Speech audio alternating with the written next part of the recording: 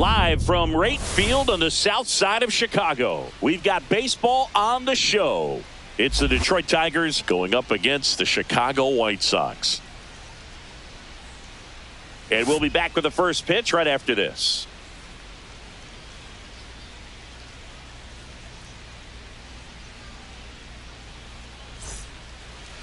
Coming up on the first pitch and starting this one, Martin Perez. What's the scouting report on him?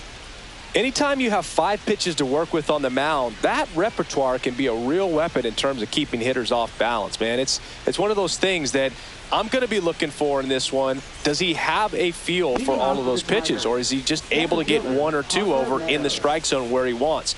Now, it's tough to do to be able to command all those pitches, but if he can, he is going to be very tough for the opponent today.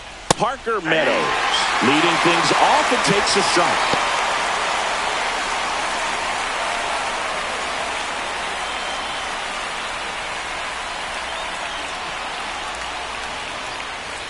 Next offering is in for a strike.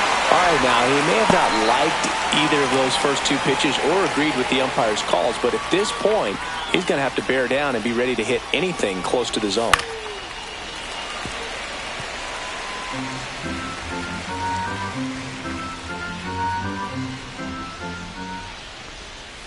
Cuts and misses. It's a strikeout. Well, that's a curveball that I'm sure he wants back at the plate. 2 strikes, sort of pitch you're hoping for, a bit of a mistake, and I'd say in a very hittable location, but clearly the break was enough to get him to swing through it. Here is Gleyber Torres. Perez, a former All-Star. He features a sinker, a changeup, a cutter, a curve, and he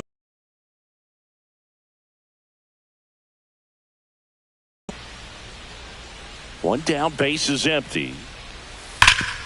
Right side, hard hit. Vaughn takes it to the bag. 2 away here in the top of the first. And now the Tigers line up for manager A.J. Hinch. And the challenge for this lineup today, Singy, finding a way to have success against the sinker ball. Yeah, it's a tough pitch to hit, Boog, and even harder to elevate. Got to set your sights a little bit higher when you're at the dish. They're struggling with it. I'd expect them to make some type of adjustment. It won't take long to see how well that sinker is working today.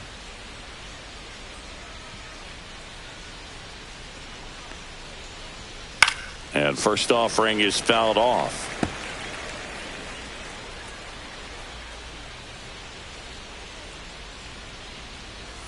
And that one is inside. 2 outs, base is empty.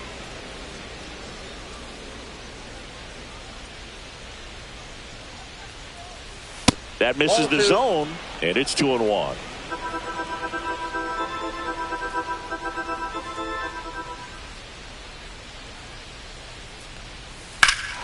And that one hammered. That's back there.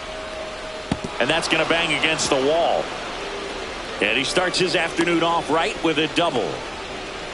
Couldn't have timed it up any better than that. Anytime you smoke a ball off the wall, you kind of think about what it could have been, but obviously you have to be happy with that result.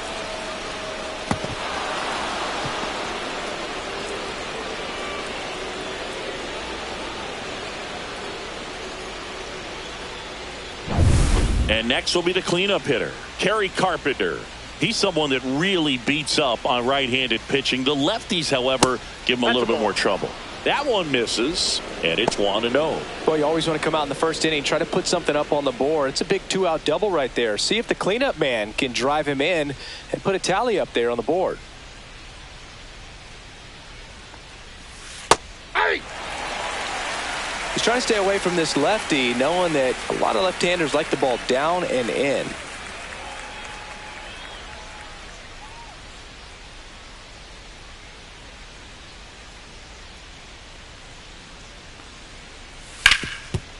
Ground ball, and that's through the infield. Green rounds third, headed for the plate. He will score, and they take the lead. 1-0. Everything came together for him. Smashed that one through the infield for the knock. When it's hit that hard, it makes it very tough on the infielders to make any sort of play.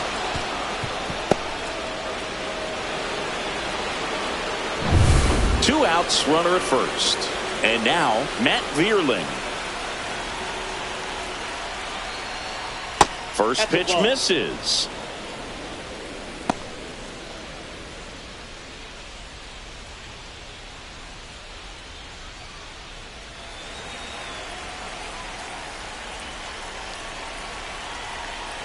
Kicks and deals.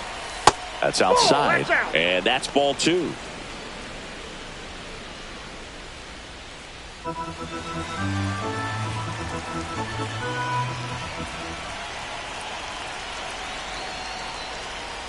That's ball 3.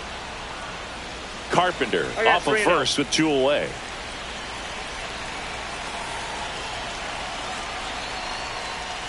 And that's a strike.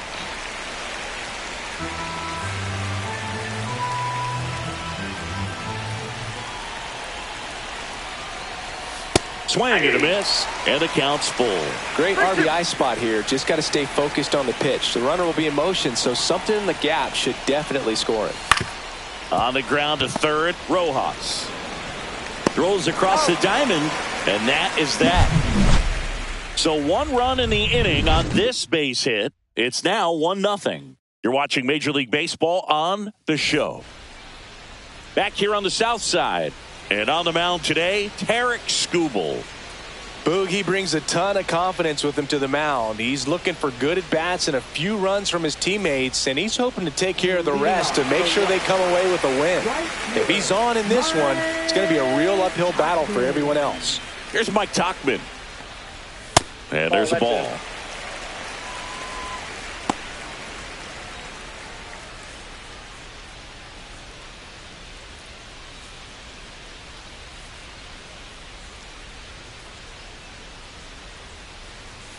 And that misses. And the count is 2-0.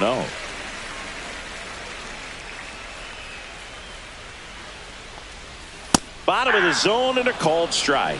Good zip on that fastball at the bottom of the zone. If he's there all day, it's going to be a tough one for the hitters. On the inside corner for a strike.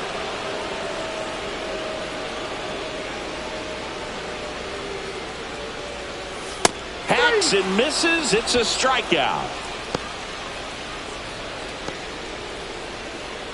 So here's Robert now.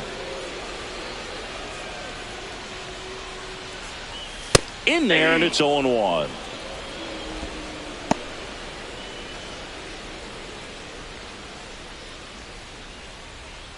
One out, base is empty. Next offering is downstairs.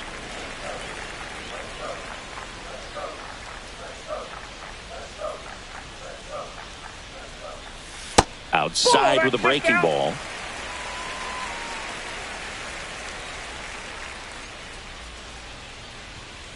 Next offering is fouled back.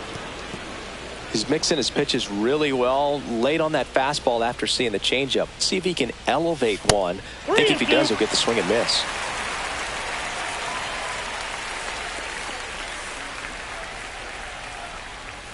And he couldn't hold back. He's rung up on strikes. Well, there appears to be no problem settling in on the mound out there today. It looks pretty tough to start this one, punching out the first 2 hitters of this ball game. And somebody's going to have to put the bat on the ball, put it in play, and get something going. Andrew Benintendi in the box now. No balls and a strike.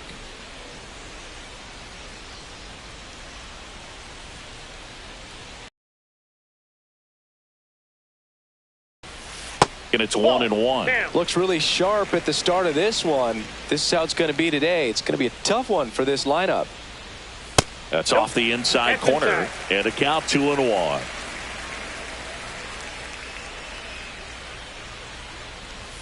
There's a strike. Man, that pitch was dotted. So much talent on display when this guy's out there on the hill.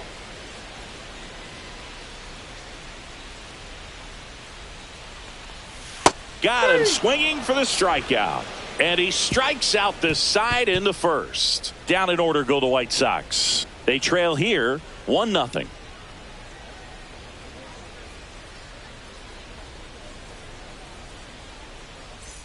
Back at right field. And now the first baseman, Colt Keith. Keith, in his second season, batting 6th in today's lineup. And he was a 5th-round pick in 2020. Perez back to work. On the ground to the left. Foul. And foul ball.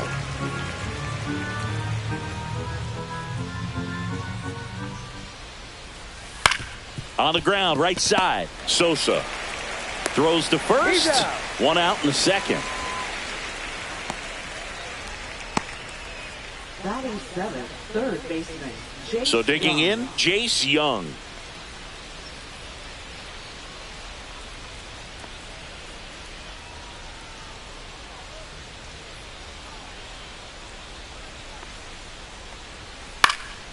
He swings and fouls one off.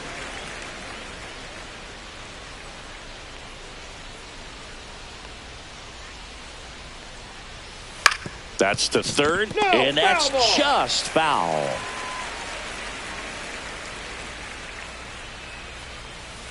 To third, and that's a fair ball.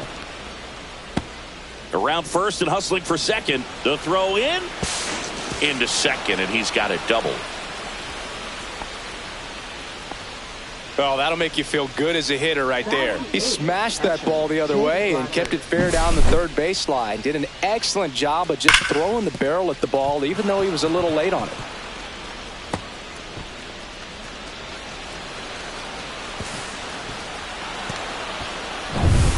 One out, runner at second. Rogers now at the plate. First pitch doesn't find the zone. Counts 1-0.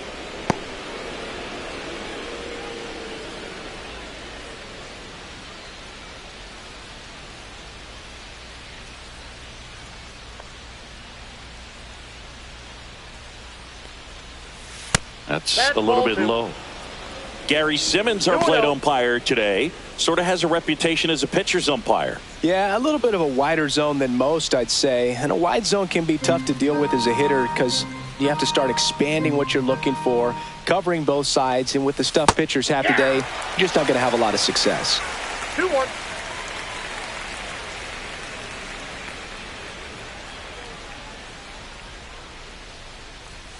Next offering is down low. 1 out and a runner at second here at the top of the second.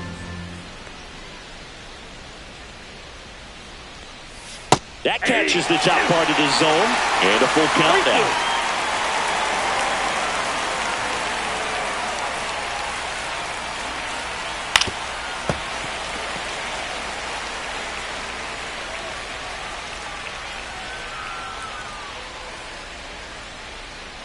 Man at second.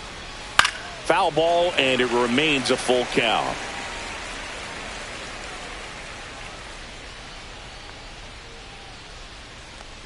And ball 4, 2 aboard. Pretty good pitch on 3-2, right around the knees, but just no help from the umpire. First and second, 1 out. Trey Sweeney up now for the Tigers. That clips the corner. 0-1's the count.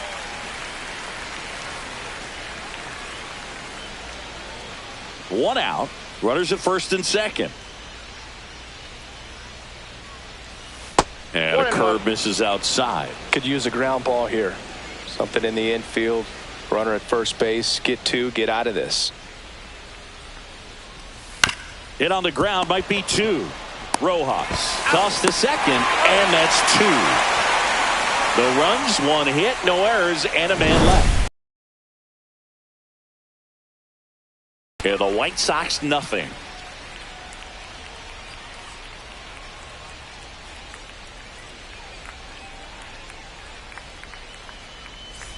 And welcome back to the ballpark. Ready to go for the last half of the inning. And here's the first baseman, Andrew Vaughn.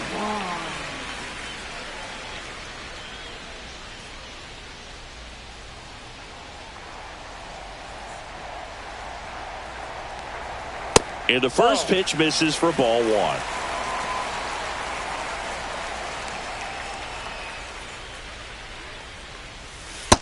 Nope. 2-0.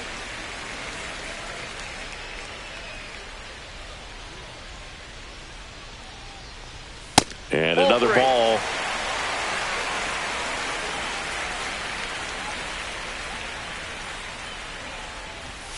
And that's in for a strike. And the count is 3-1. Well, it looks like he's wanting to work the upper part of the strike zone. What does that mean? Top hand better be working for the hitters. Adjust that side a little bit. Give yourself a chance to hit.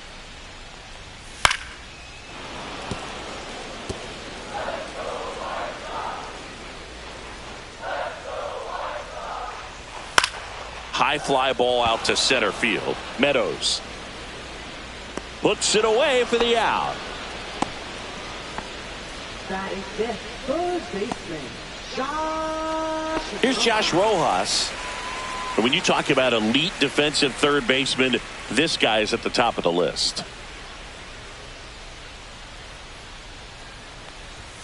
Inside. And that's ball one. Stud. When you look at players like this, you play that hot corner. Got to be pretty courageous over there with the way balls come off the bat. That's the kind of guy that every year you expect him to be in the All-Star game and have a gold glove, if not a platinum glove. So what are the skills you look for that make a really good defensive third baseman that elite? Well, Boog, one of the things I think about immediately are just the feet. Does he have good feet? Is he able to quickly react? And when you have good feet, you've got soft hands. And soft hand defenders are able to make tough plays look easy. One down, base is empty. And a swing and a miss. Make it 4 strikeouts for him on the bump today. Well, he's really dialed in, and this offense is going to have to do something to try to break that rhythm. Maybe it's square around the bunt, step out of the box, agitate him a little bit, do something that just changes what's happening right now, because at this pace it's going to be a long game, so you got to figure it out quickly. And here is Sosa to the plate. Swinging a foul back. That's out of play.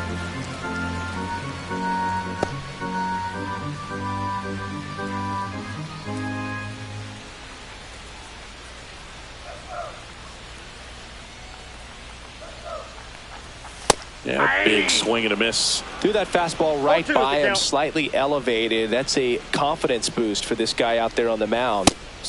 Now that's strike 3 and the third out. So we take a break. 1, 2, 3 go the White Sox. Still behind by a count of 1-0.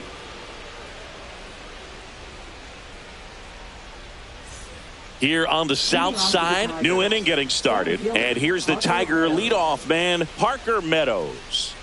Singy, you got to appreciate a guy who's this good defensively. I mean, watching him track balls in the outfield, it is beautiful. Right through there for a strike. So how much does his speed factor into his ability to go get it? It's heartbreaking for the hitter because off the bat, he thinks this ball's going to get down. Because of that speed and the ability to make up so much ground, he enters the picture and breaks a guy's heart. The next pitch misses. Now 2 balls and a strike. There's one guy that I can think about, Boog, who started as a third baseman, Alex Gordon, and then became an elite perennial gold glover out in left field for the Kansas City Royals. But he's a guy, when you watch him play, you would imagine that that's all he ever played in his life was the outfield. Couldn't catch up to the heater. And, Chris, that's a way to neutralize his speed by keeping him off base.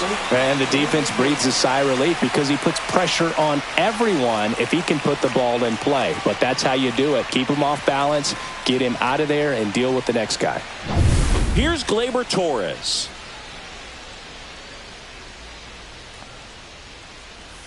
That's in there. That's strike 1. Yeah, some guys just have instincts, right? I mean, that's the way it goes. We talk about Larry Walker, the Hall of Famer, and his instinct on the bases, despite the fact that he didn't play a ton of baseball as a kid.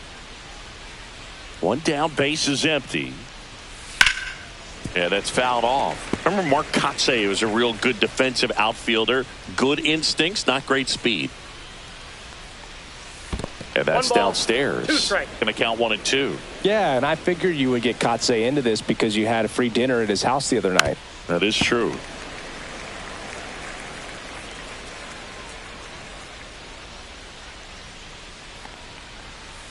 That one to first. He takes it on his own. 2 up, 2 down. Now batting left fielder Riley Green. Here's Riley Green. Doubled his first time.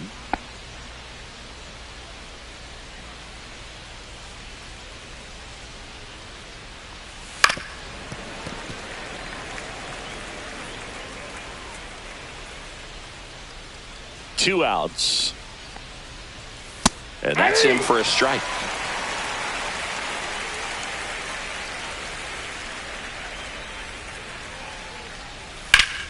Ground ball up the middle. On the run, sends it over to first. Nicely done for the out. Down in order go the Tigers, but they hold a 1-0 lead.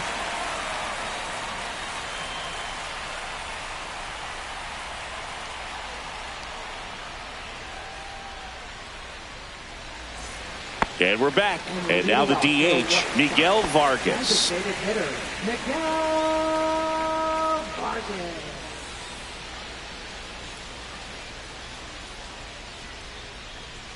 And the first pitch fastball is in for a strike. That's excellent location on the fastball right there early in this game. If he can do that all game, that's out. should be a good outing for him.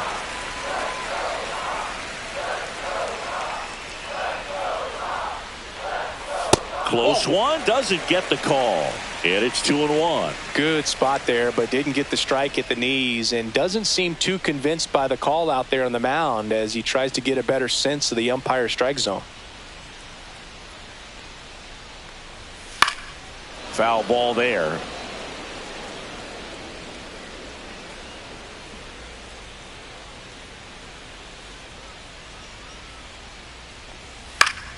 Fouled off, and they'll do it again. A healthy cut, tough pitch at 98, but a really good pass at the ball. Foul ball, another 2-2 upcoming.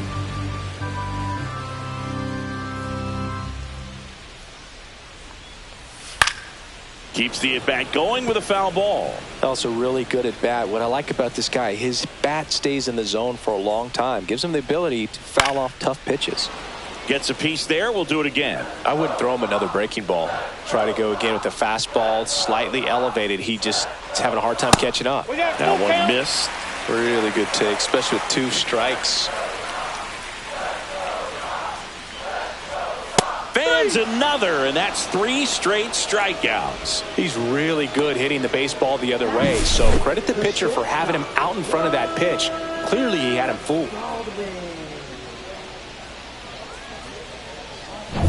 Brooks Baldwin steps to the plate for the White Sox.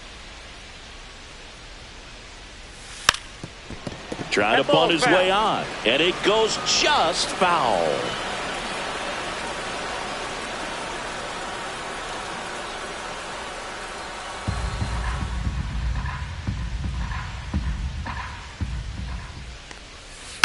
Next offering is fouled back.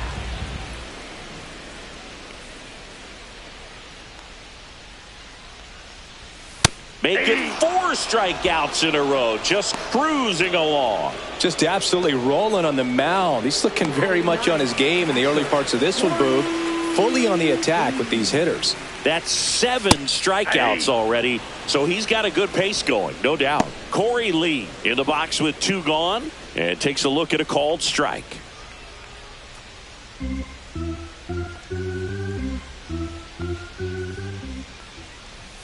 Fastball for a strike at 95. I understand you want to try to gauge that guy's fastball, but you also have to be aggressive and ready to hit in your zone. Now you're in a tough spot. Not close with that one, and the count 1-2.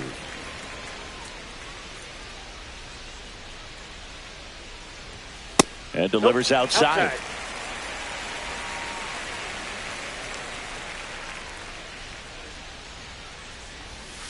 And they'll do it again. 2 down, nobody on. Breaking ball misses down and away.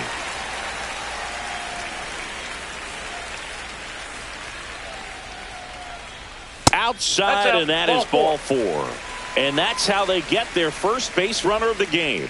What a battle. It's not always easy laying off a 3-2 pitch, and I tell you what, he earned that walk. And the batter now, Mike Tauchman. He's 0 for 1. Definitely classify Tauchman as one of those gritty players. He'll going to do whatever, get on base, get around the bases.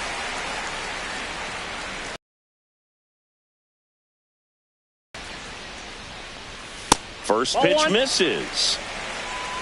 Lee leads off first with 2 down to the inning.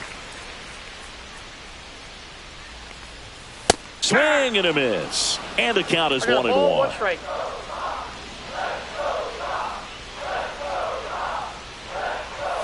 And it's strike 2. 1 ball, 2 strikes.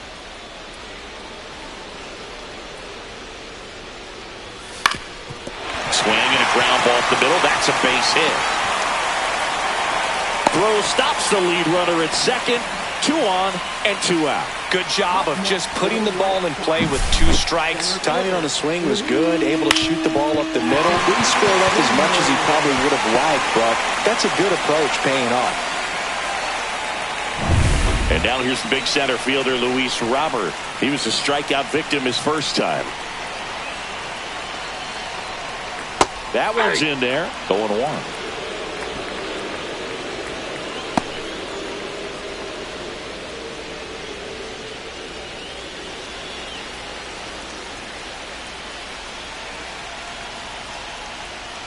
That crosses the plate, and now they're just 1 strike away from getting out of this mess.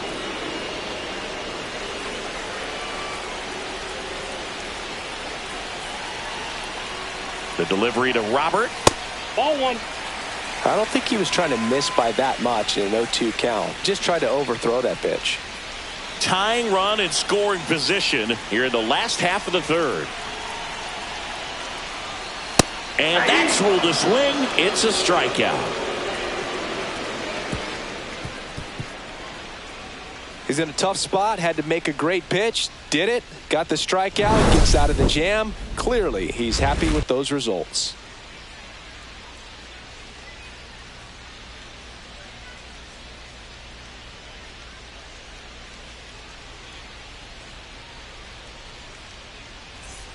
Back here on the south side, on to the fourth. Now it's the DH, Kerry Carpenter.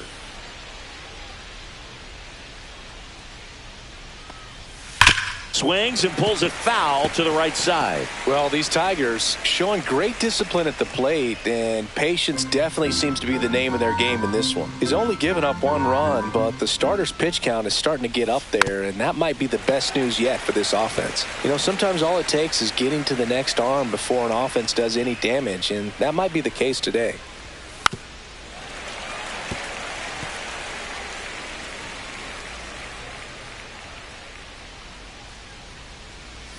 Next pitch is outside. He's been pitching well, but we'll see what kind of adjustment the hitters make this second time through the order. We'll know if he's got really good stuff in this one or not.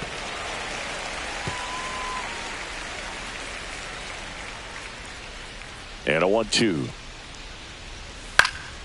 Spoils the 2-strike pitch, and he'll see another. The 1-2. That's down and in. 2.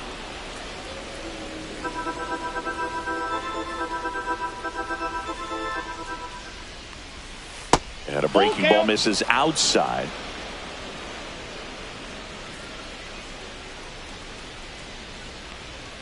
That one misses. So a leadoff walk. Well, he tried to nibble right there and just missed his spot. Hitter didn't offer at it. Now he has somebody to worry about over at first. And up next for Detroit, Matt Vierling. He's 0 for 1.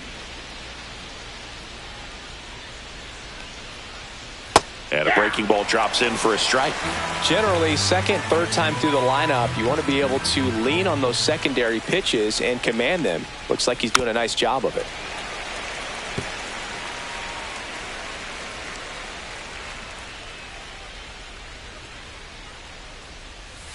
And 1-2. 2 strikes.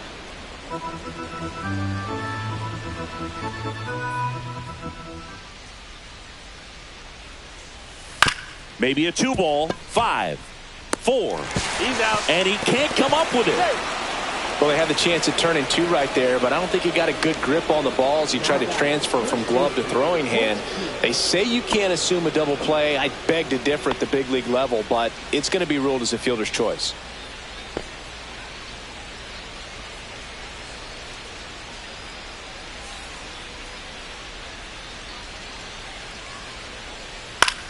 And a ground ball to first, and it finds its way through for a hit. The throw to third, he's in there. He beat it.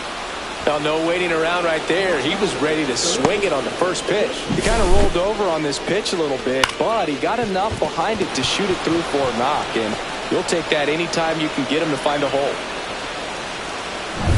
So up next, Chase Young doubled in his first AB. And that misses. 1-0.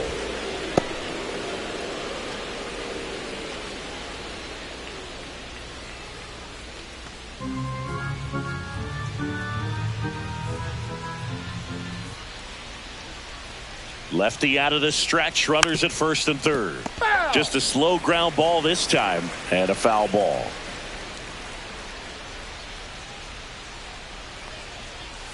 Next offering is in for a strike. Big pitch right here. He's going to try to make a pitch that's going to produce a strikeout or a ground ball double play.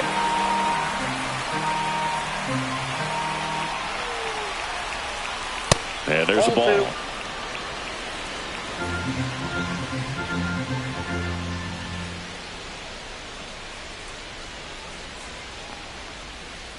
Grounder might be two. Sosa over to second, and their second double play of the day will end the fourth. So no runs here on a base hit, no errors, and one left. To the bottom of inning number 4 now. It's the Tigers 1 and the White Sox nothing.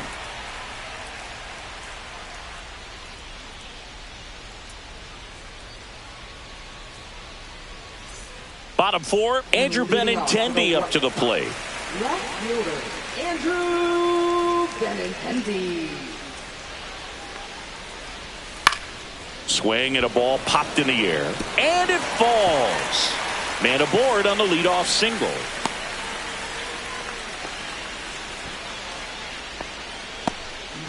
Dominant performance for him today, Boog. Just 2 hits allowed so far. No runs across either. And he's had an answer for just about every hitter he's faced. So I don't think this hit is going to knock him off his stride too much. Andrew Vaughn now 0 for 1 with a fly out to center. That one's in there, and it's 0-1. Well, he's been incredibly efficient in this one. First pitch strike percentage over 70%. That's well above league average, and that's what's allowed him to pitch well up until this point. And that drops in for a strike. White Sox down a run.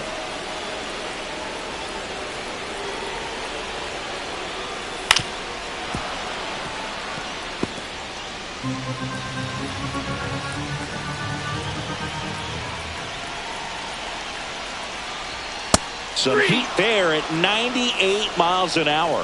With that kind of velocity and elevated fastball, even if it's still in the strike zone, can be tough for hitters to get on top of. Josh Rojas steps to the plate for the White Sox. Struck out swinging his first time. Cut on and lifted in the air. Into the dive, and he got it. Now batting, second baseman, Lenny Sosa. This dive wasn't the result of a bad route, Singy. The only reason he made the plays because his route was so good. No doubt, Boog. StatCast tells the same story. I mean, he got to his spot as quickly as you can possibly get there, and he had to in order to have a chance at that diving play. Just special. Popped up. Torres. And that's the third out. The White Sox leave one. They're down 1-0.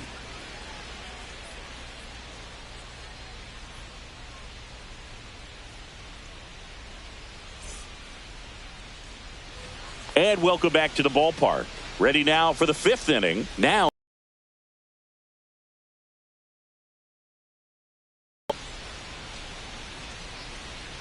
Perez back to work. Way upstairs. Ball 1. Activity in the pen for the White Sox. Cam Boozer, the young lefty, looks to be getting himself ready. Gilbert getting cranked up as well.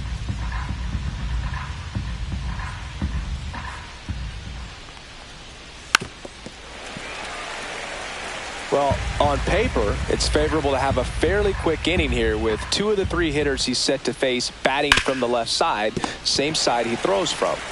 And he takes it himself for the out. Well, he's doing a nice job of keeping the ball out of the air. Lets the defense work behind him with another ground ball. Good execution. And next to hit for Detroit, Trey Sweeney. Sweeney goes 6 feet 3 inches, 210 pounds, a former first-round pick in 2021. Base is empty, 1 away, and we're at the top of the 5th.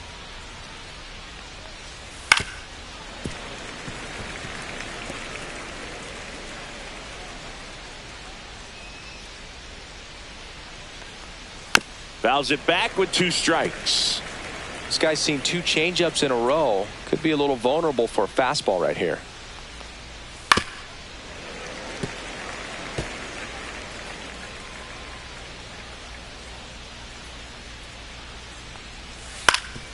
Ground ball up the middle. That's a base hit. And now the lineup turns over with 1 away. Well, that certainly feels good when you can win the at-bat after being down in the count, up against it with 2 strikes right there. He got that front foot down, and pitch recognition was on point. Pretty impressive for an 0-2 count. And now Parker Meadows. Little chopper rolls foul.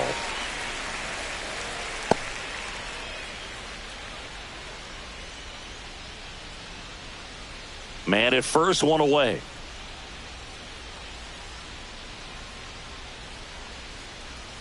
Way out front for strike 2. No ball, 2 strikes.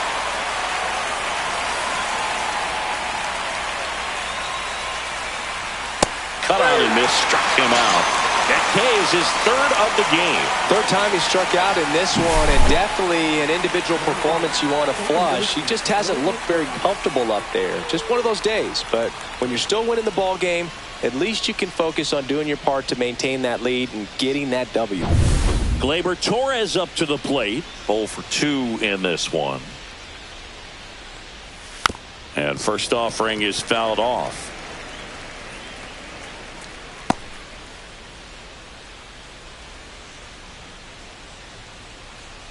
Sweeney off of first with 2 away. Right through there for a strike.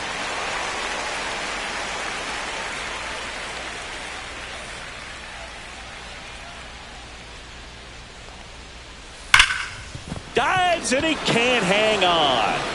He gets the force, and they do get the 3rd out. The inning is over. So 1 hit is all they get. Last half of the 5th coming up. It's the Tigers 1 and the White Sox nothing.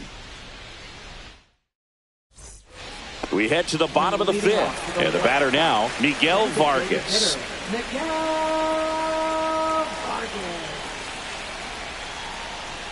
First offering misses badly for ball 1.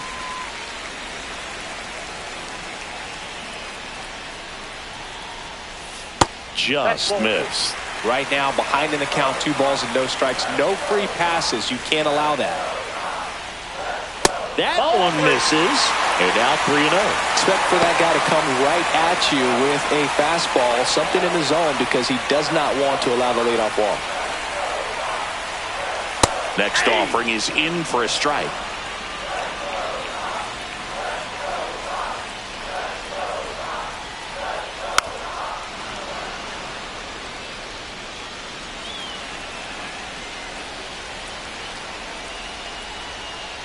That one misses.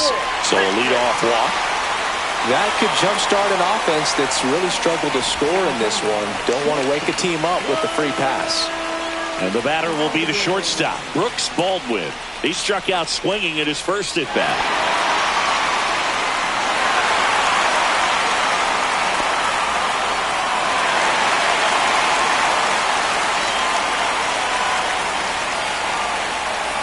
That misses, and that is ball 1. Way to lay off that pitch down.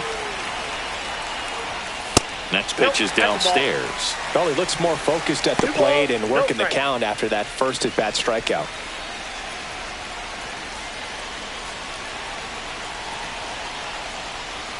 Next pitch misses, and now 3-0.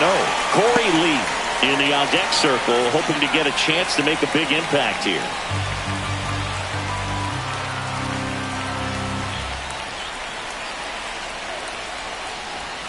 And that one clips the corner.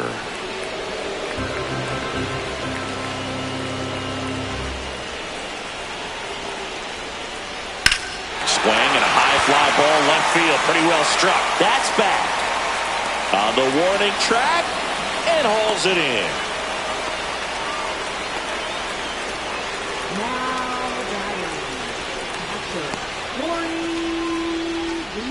Here's Corey Lee. He reached on a walk his first time.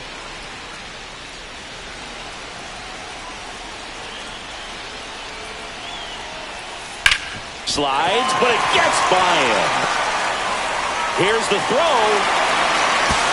And the throw's offline, safe at third. Went up there looking to be aggressive and got something he could handle. Really good swing right there. He got a pitch that he knew he could handle, allowed himself to stay back just a tad bit longer, and he hit the ball on the screws. Now a pretty big at-bat coming up with a chance to even this ball game up. Mike Tauchman will hit next. 1 for 2. And the first pitch fastball is in for a strike. The last thing he wants is to hit the ball on the ground, but I wouldn't expect many pitches up in the zone. They'll be pitching for a double play in this spot. 2 on, 1 out. That one not close. 1-1. White Sox down a run. Swing and a miss. There's the changeup. Big time jam right there. I hate it as a hitter, but standing in center field, you can't help but chuckle a little bit.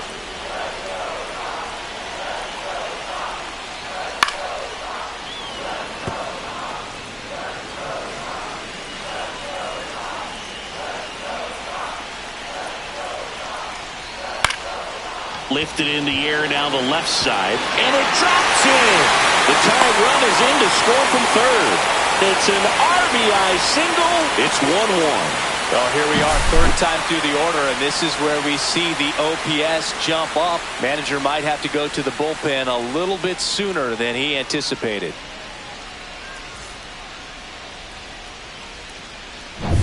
Luis Robert now. Rolled to short, could be 2. Over to Torres. What a double play that was. Inning over. But they pick up 1 run on the RBI single. All even at 1 apiece. Back after this on the show.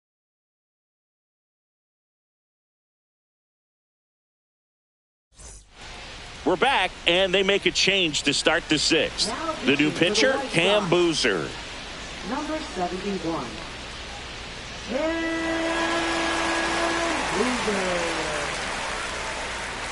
Here's the left fielder, Riley Green. Left fielder, Riley Green.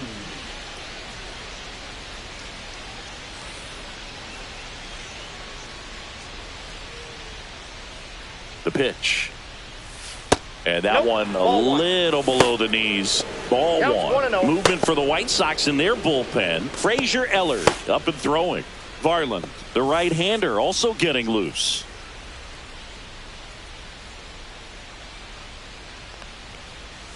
And another ball. Inside, ball 2.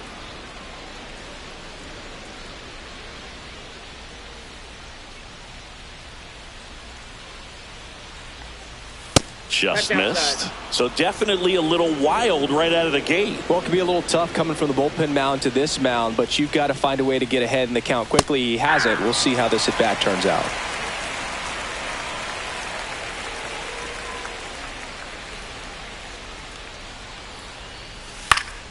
Fouls one away, and now 3-2.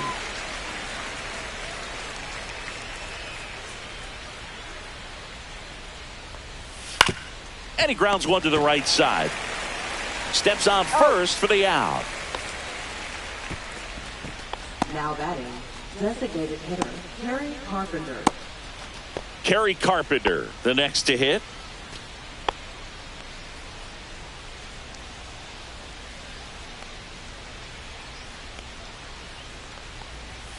And immediately pumps in a strike to the left-handed hitter.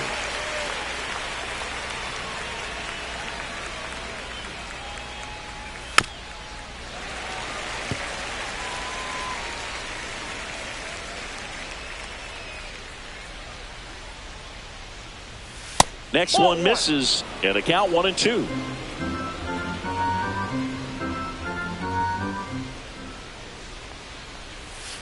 Swings through that one. It's a strikeout.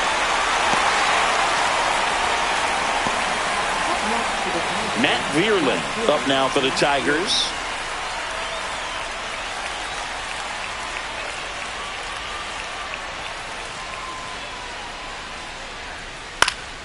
And there's a foul ball.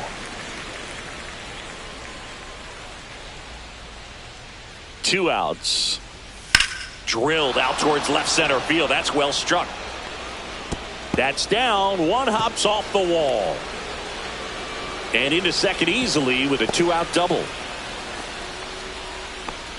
He was all over that one. Nice.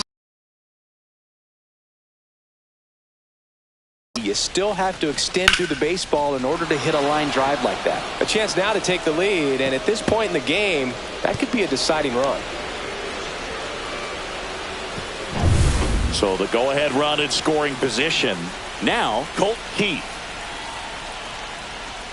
And that's a little high. As a pitcher, you know the runner on second is ready to push things with his speed. A base hit is probably going to be a big run, so you really have to execute on the mound.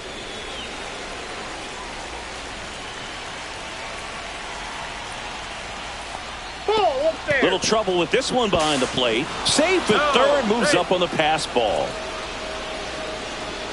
Boog, we're seeing some shakiness from the defense here in this inning. First an error and now a pass ball. They really need to clean it up and start taking care of the baseball.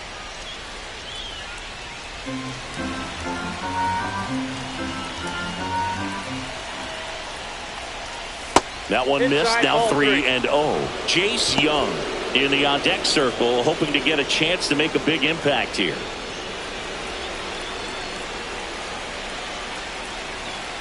Let's see if he gives him anything to hit here. There's a strike.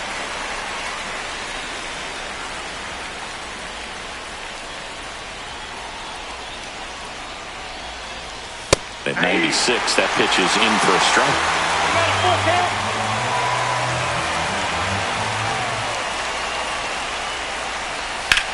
And that one ripped into right, and it's foul.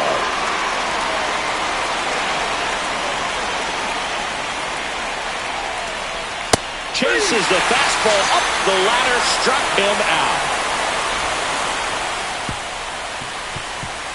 A lot of adrenaline, we can see it right there, and sometimes you just got to let it out. That's an outstanding job of taking that, executing, and getting out of a tough inning.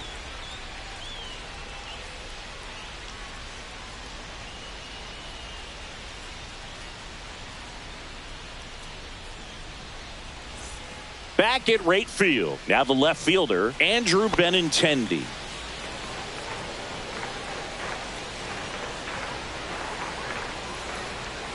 And that's outside. And it's 1-0. Movement in the bullpen. Will Vest getting loose for A.J. Hinch. Foley warming up as well.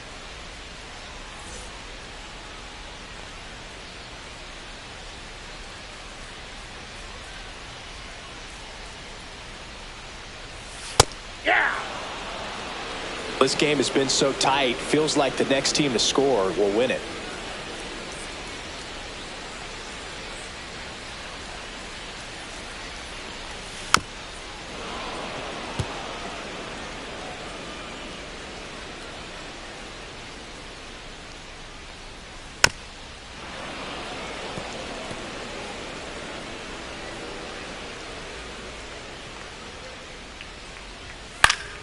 Swing and a pop-up in foul ground.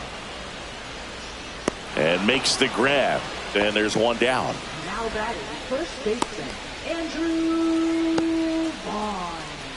And here comes the Tigers manager to the mound. Pitching change coming. Tarek Skubal done for the day. And it's a tie ball game as he heads for the dugout. Back with a new arm after a quick break. Now pitching for The new Detroit. pitcher in the game, Tommy Number Canley. 43, Tommy Canley.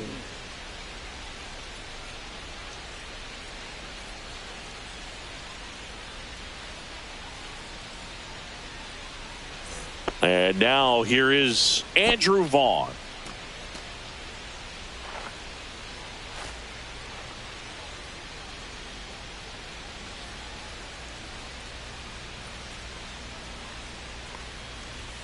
And that's in there at the knees for a strike.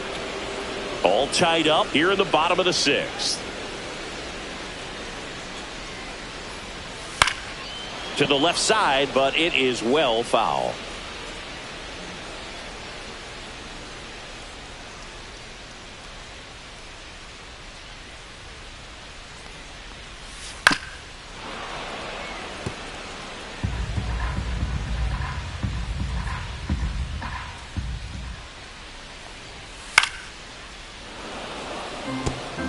Wow, he got away with a mistake right there.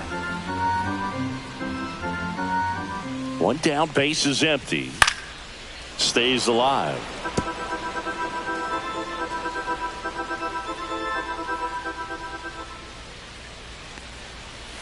Got him. And there's two down.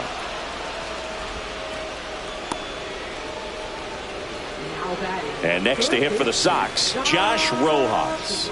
And remember, he was absolutely robbed of a base hit last time up. And first offering is fouled off.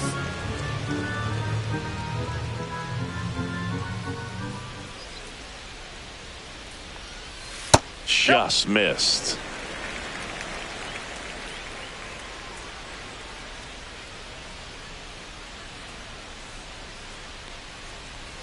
Clips the corner, 1-2.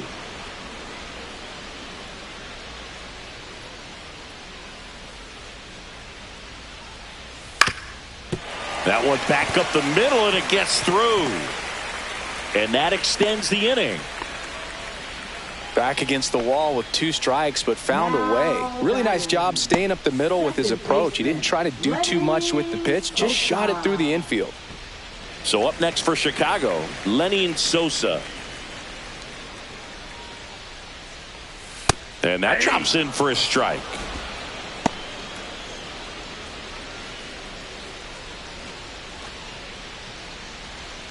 Rojas, the runner at first with 2 gone.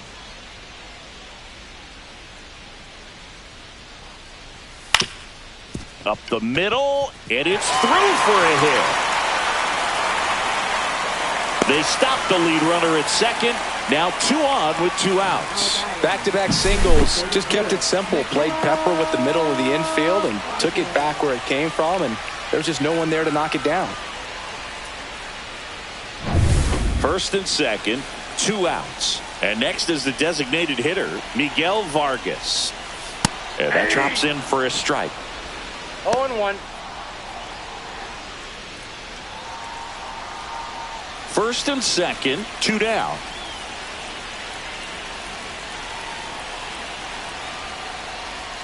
And it's even up. Outside.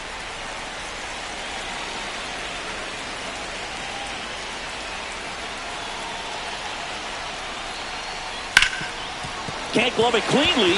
Still able to fire over. They take the force out. Misplay doesn't cost them. Inning over. Nicely done from the Tigers bullpen there. 7th inning coming up. All tied 1-1.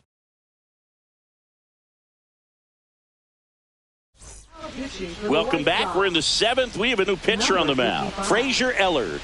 Frazier Ellard.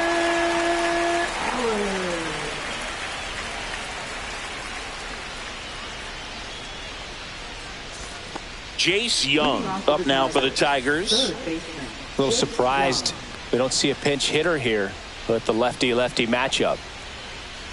And a pitch. That one Ball misses. 1, no strike. And that's ball 1.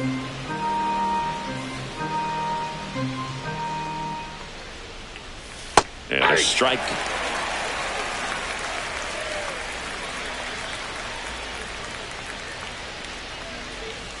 There's the strike. That front door slider is such a devastating pitch. You don't want to get beat by the inside fastball, so you cheat a little bit, and then by the time it gets there, it's out of the swing play.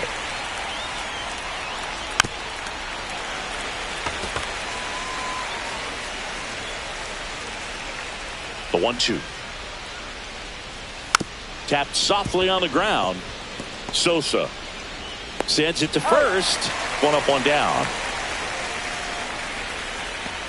Now batting, catcher Jake Rogers. Jake Rogers up now for the Tigers. And Chris, his big strength is defense, but it is interesting in today's world of baseball compared to when you played. A good defensive catcher is considered differently. Whatever you get offensively is a bonus, but he's got to put the fingers down. He's got to present pitches to the umpire. They're going to help his pitcher get more strikes. That one outside. It's a ball and 2 strikes. I think the other component is putting down the finger that the pitcher wants to throw and being on the same page. And that's something that this guy does really well. Gets in sync with his pitchers. And there's 2 away. Now batting, shortstop, Trey Sweeney. Trey Sweeney up now for the Tigers.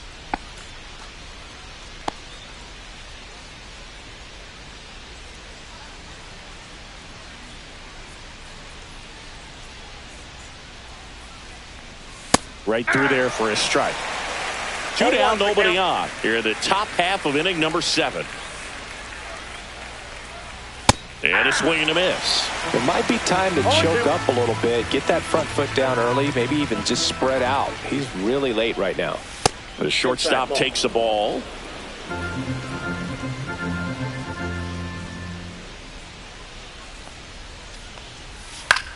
And that one is lifted in the air. Robert on the move. Makes the catch. And that'll do it.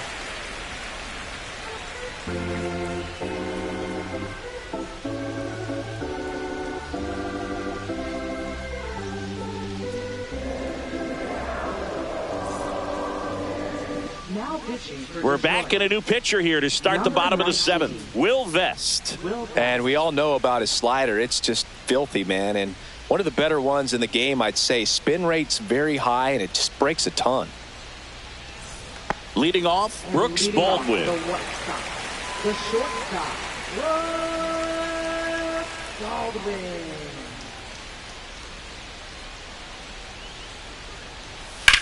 The other way. No trouble here. Puts it away for the out. And there's 1 down. Good piece of hitting right there. Nice hard line drive to the outfield. You're trying to get on base, represent that go-ahead run. Can't hang your head on that at all.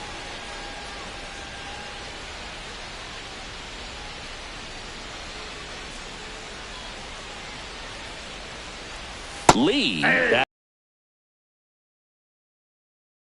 is empty, 1 away. Here at the bottom of the 7th. Swings through that one. Ooh, Baya. No ball, 2 You strikes. gotta remember to take the donut off the bat, partner.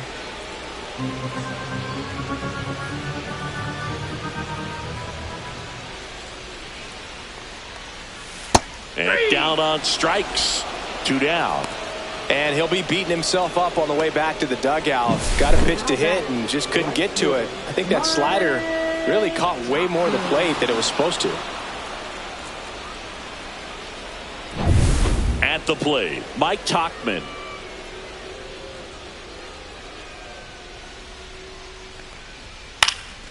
And a pop-up, right side, foul territory. Catcher tosses the mask, settles under it, makes the catch, inning over. Nothing across here this half. We look ahead to inning number 8. All tied 1-1.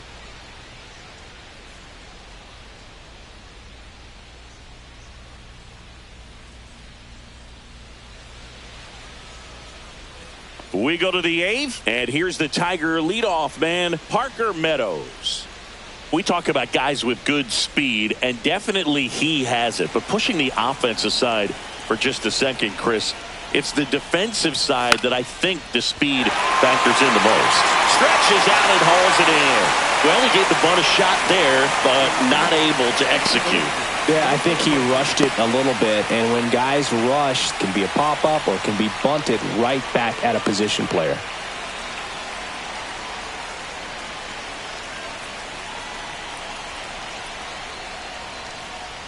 Well, he gets to balls that get by most people at that position. Just really impressive because there are certain times the ball comes off the bat, automatically that team that hit it thinks that they've got a base hit or they may have extra bases, and he just takes it away. Next offering upstairs. All tied up, and we're in the top of the 8th. Good count for Torres here, 3-1. Riley Green in the on-deck circle, hoping to get a chance to make a big impact here.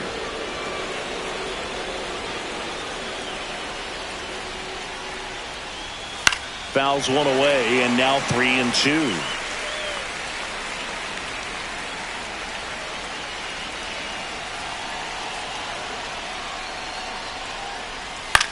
Hit in the air, center field. Drops into the glove, and there's 2 away.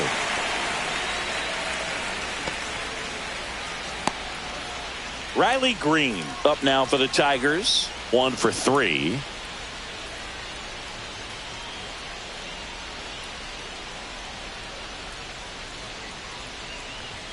That one at 95 missed up top, and that's ball 1. That's down and in. A slider missed.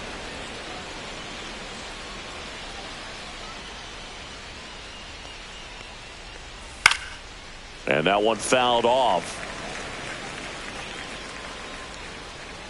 2 down, nobody on. Check swing, and he went. And the count is even, 2-2. 2 balls, 2 strikes.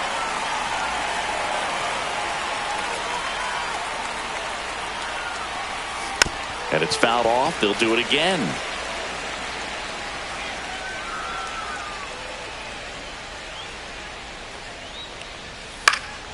Knocks that one away, and we'll do it again. Hanging in there pretty good against the lefty. And that's down and away. Wow, this guy's really battling up there as if his run is the game-winning run. I love his tenacity. 3-2. The pitch is outside, and ball 4. That's a great at bat. He saw a lot of pitches and earned a walk. Go ahead run on base. Now here is Kerry Carpenter.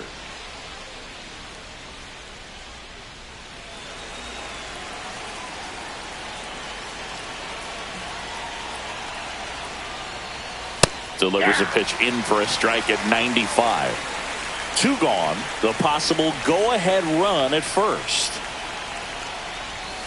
And fouled off.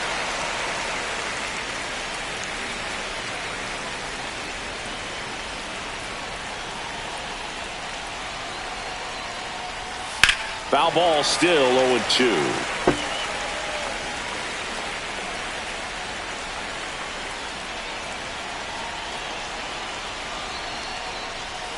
Swing and a miss, struck him out. Slider got him for strike 3. No runs on no hits, no errors, and 1 left on. Whole half of inning number 8 straight ahead. All tied 1-1.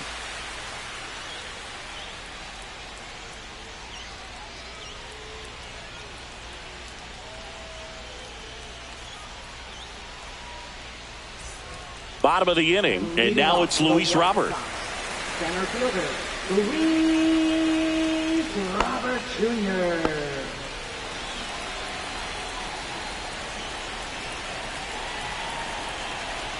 Vest back to work. Right down to shoot. 0-1. And I know you want to be patient as a hitter, but you got to be ready to jump on the first thing straight. And he got one right there, but left the bat on his shoulder. And that's in there for a strike, and quickly nothing at 2.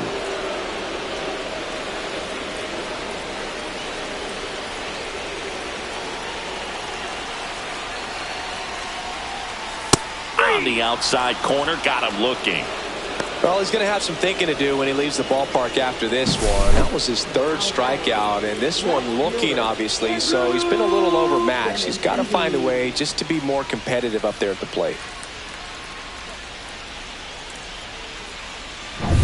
Benintendi up here. Both the infield and the outfield shifted over to the right.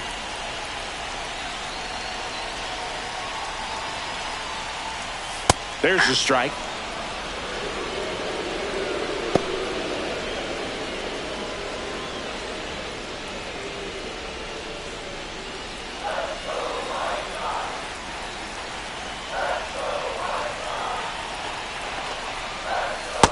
One and one.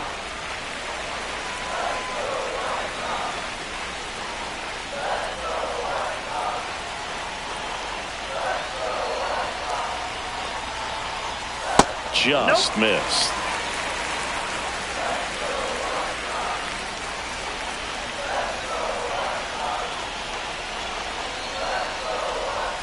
That one missing inside. I almost feel like he's frustrated a little bit. He wants to be challenged. Andrew Vaughn in the on-deck circle, hoping to get a chance to make a big impact here.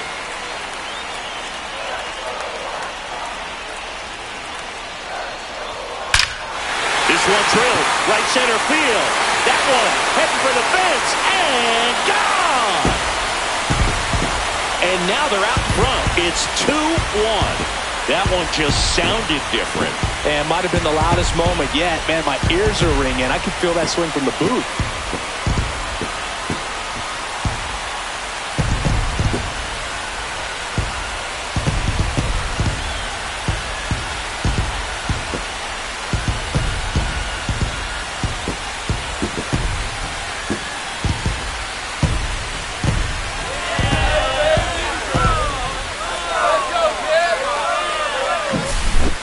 Pitch he wanted to hit, spent on some other pitches in this at bat, was very patient, and it paid off.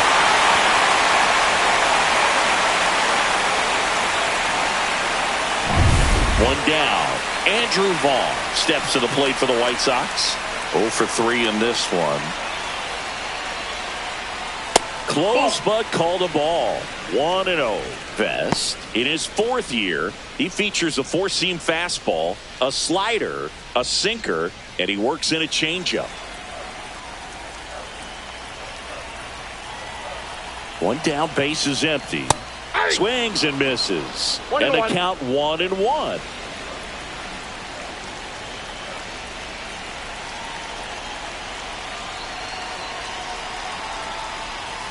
The 1-1 is fouled off. Some real good life going through the zone on that one.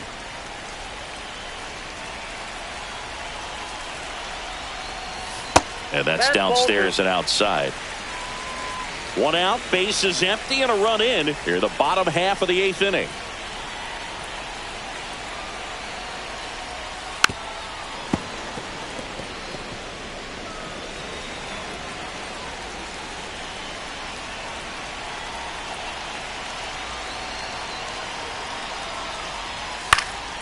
And a foul ball, he stays alive.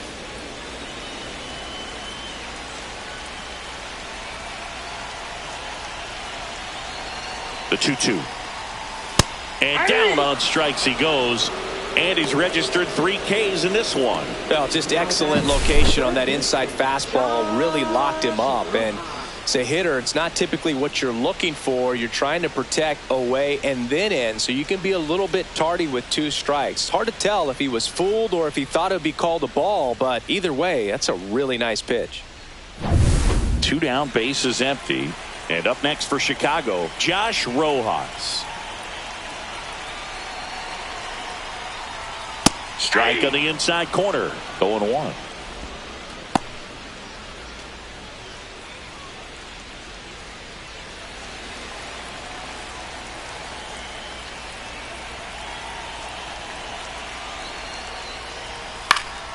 Popped up to the left into foul ground. Young makes the catch, and that'll do it. 1 scores in the inning, coming on this solo home run. Last chance coming up here for the Tigers.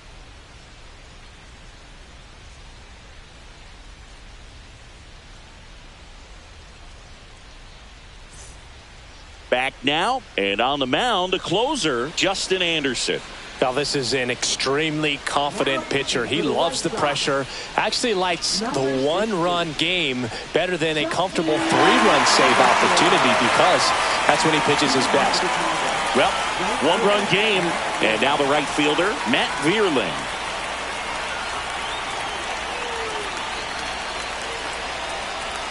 That's in there. It's 0-1.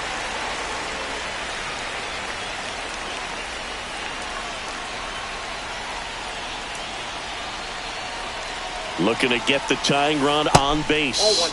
And now the count is even. Home plate umpires try to tighten things up a little bit.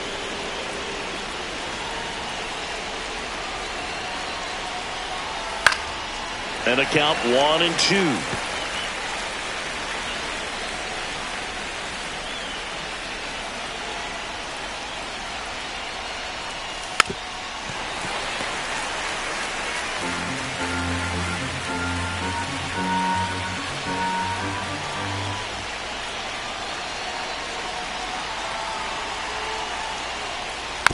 Gets a piece and stays alive.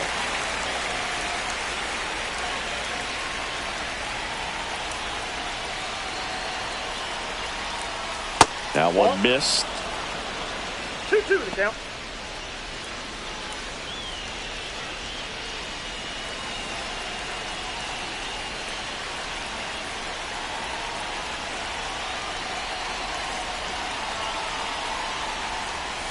Got him! And a strikeout for the first out here. Close the door, cancel any hope that that opponent has in making some type of comeback in the ball game. Tell you what, that helps him settle in, and that helps everybody else relax a little bit to get these other 2 outs.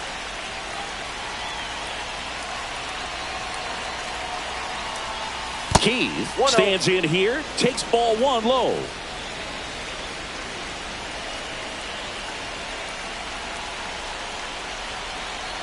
One down, base is empty. Fouled off, he was late. Pretty good pitch to take a pass at in a 1-0 count. Just not able to square it up. Anderson ready to work. Hammered on the line, base hit. And the tying run is on base. Always feels amazing getting a job done when the team needs you to come through. It's just bigger than your own individual stats. Just a cookie down the middle. I mean, those are the ones you dream about. Ones in the cage, you're just hoping you get in the ball game. Right down the middle, not a whole lot of velocity, right on top of it.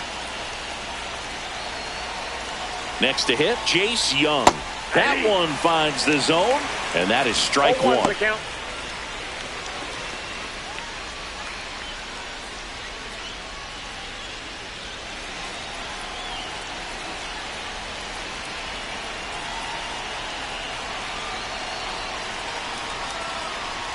Just missed. You don't want to get beat by a fastball in, and he spits on that one.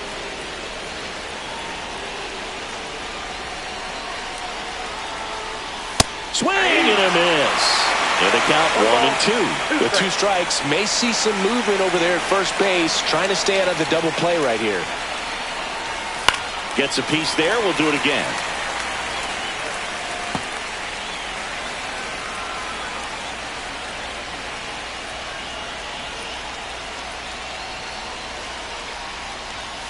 Swing and a miss. Struck him out.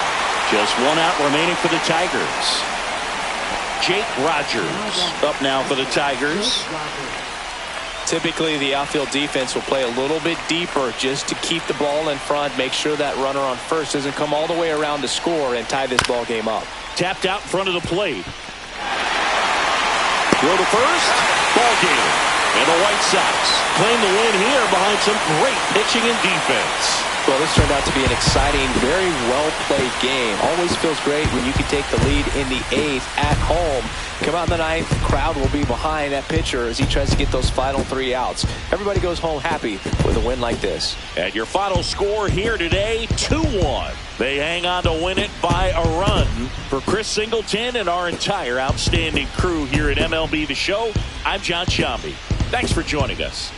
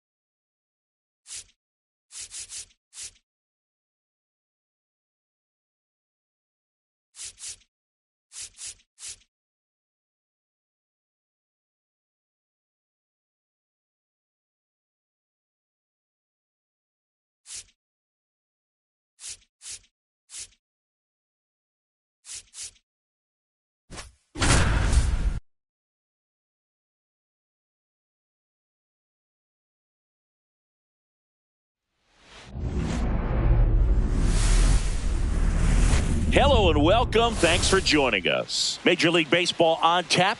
It's the Kansas City Royals and the Texas Rangers.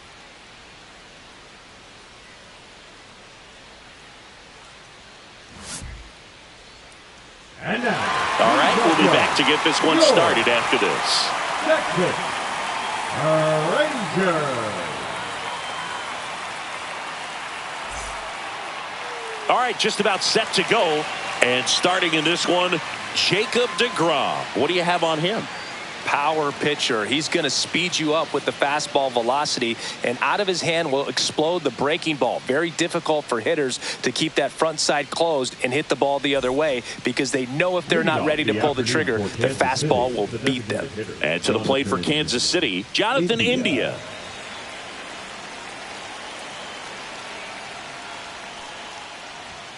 And that misses. And we're underway.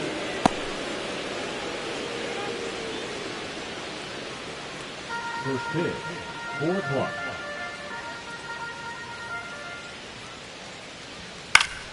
Swing and a foul out of play.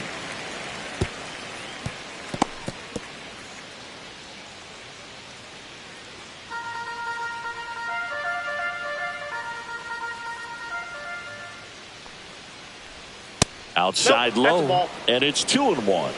2-1.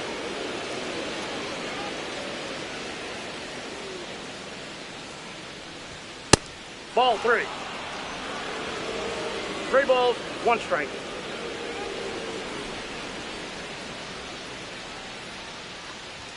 Right through there for a strike. And boy, that was the pitch. 3-1. You want to be really aggressive on the fastball. Swing and a miss, struck him out. Gassed it right by him. Not the best location with the fastball on strike 3, but when you're pumping high 90s, you'll get away with some of those. More margin for error. You know, the fastball has become such a huge strikeout pitch in the sport, and I think a lot of it has to do with all the attention and emphasis on improved spin rates. These fastballs are just exploding out of the pitcher's hands and jumping through the zone. Out to center. Carter on the move. And it's caught for the out. And here now, the lineup for the Royals. Big challenge for them today as they take on a pitcher who brings electric stuff and really racks up the strikeouts. Yeah, and it's all about making good contact against a pitcher like this. You're not going to get very many pitches to hit in an at-bat, maybe even in a game. So you got to be ready, zoned in the spot where you think you've got the best chance, and jump all over it. Might be the first pitch in the at-bat, so you better walk up there ready from the jump. If they can make early, consistent contact, I think they'll have a much better shot against him. 2 outs. And that's through there for a strike. And the count is 0-2.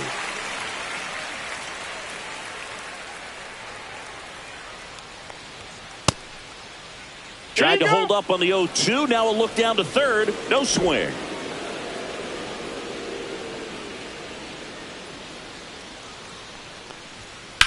And he hits a ground ball right side. And foul ball. 2 down, nobody on. That misses the zone. 2-2.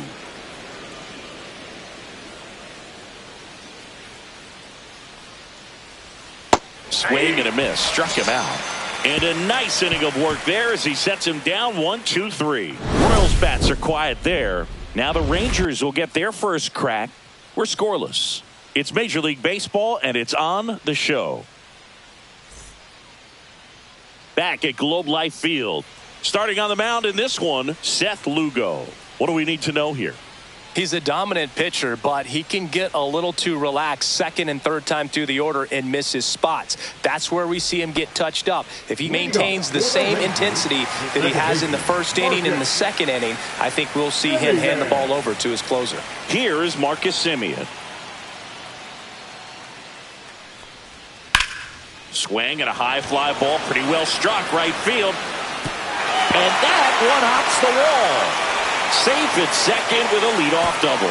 Oh, the throw is over his head. No advance, though. Ball didn't get too far away. Wastes no time there. I don't know how he's able to shoot that pitch the other way and still put something on it. That pitch was inside, and he let it get really deep. So pretty incredible hands to fight it off and still get good wood on it. Here comes Corey Seager.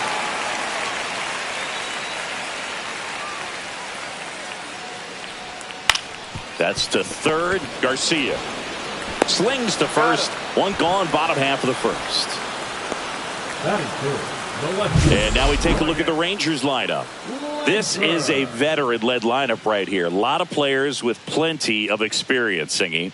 Yeah, no doubt about that, Boog. These players have been around the game for a long time, and they may not have the flash that they once did, but they've got the wisdom to be able to understand different situations, be able to think with the opponent and sometimes in front of the opponent.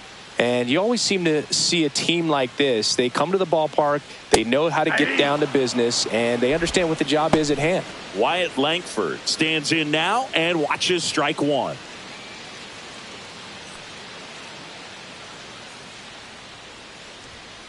Next offering is fouled back. Simeon over at second, one down.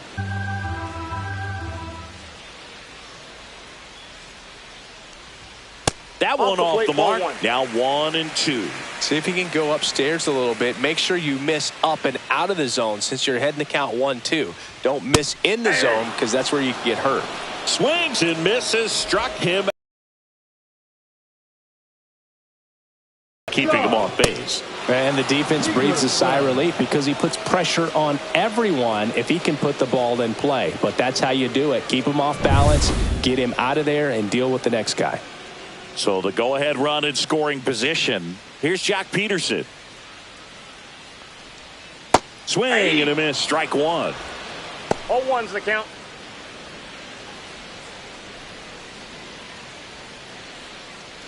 Two outs and one in scoring position.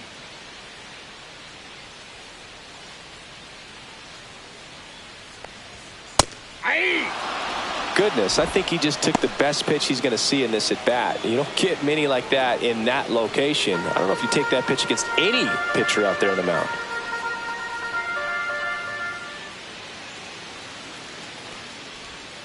Breaking ball inside. 1-2 to count. Clearly, he didn't come out of his hand the right way. Left that curveball way up.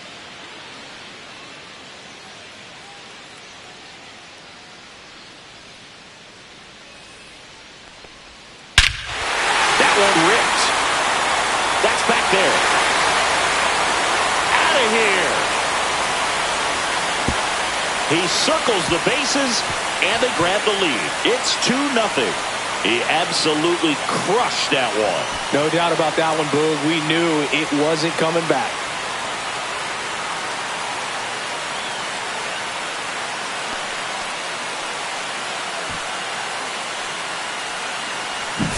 It's like he's playing wiffle ball up there, and that's typically not the easiest way to hit a home run. To the slight opposite field, into the gap.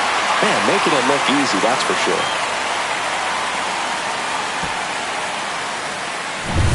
Stepping in, Adolis Garcia.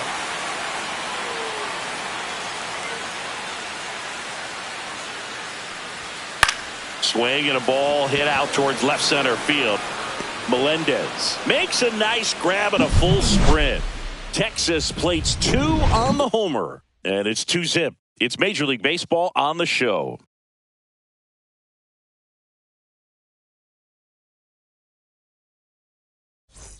Second inning set to go, and now it's Salvador Perez to the plate.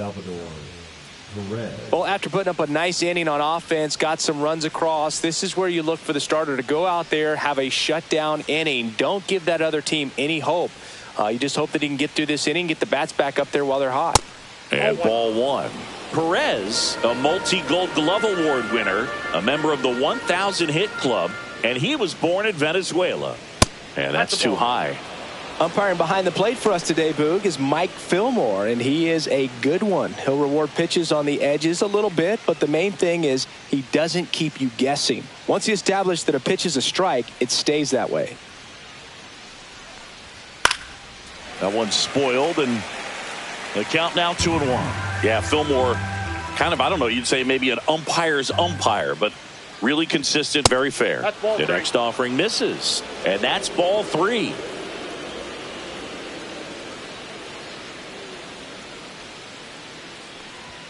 That one in there across the letters. Well, it looks like he's wanting to work the upper part of the strike zone. What does that mean? Top hand better be working for the hitters. Adjust that side a little bit. Give yourself a chance to hit. And there's ball 4. And that's their first base runner of the game. That is it. The second baseman. So digging in, Michael Massey.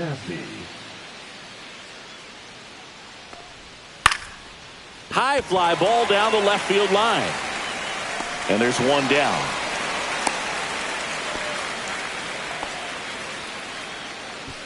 That is it. The right fielder, number 16, Hunter Renfroe. Now it's Hunter Renfroe.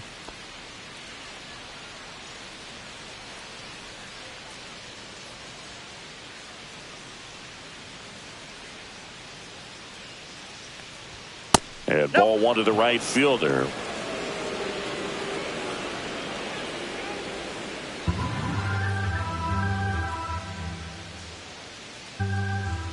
Runner on the go. Next offering is fouled back.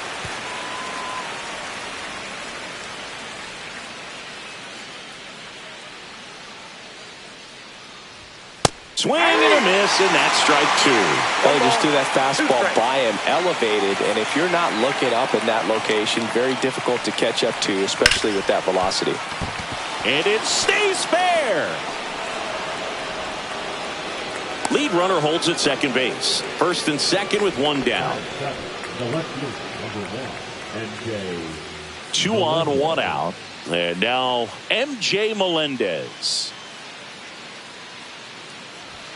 Up and in, and that is ball 1.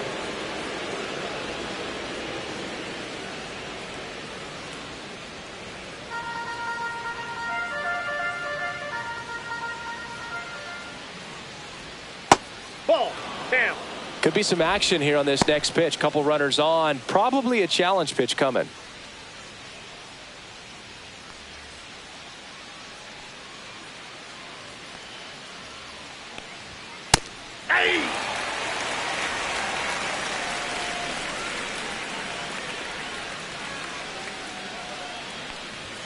And there's a ball. Tying run is at first. Here at the top of the second. Check swing, and he went 3-2 now. You got a foot down. 3-2.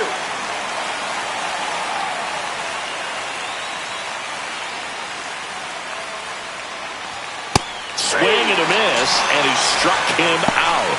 That K is his 3rd of the game. With that kind of velocity, an elevated fastball, even if it's still in the strike zone, can be tough for hitters to get on top of.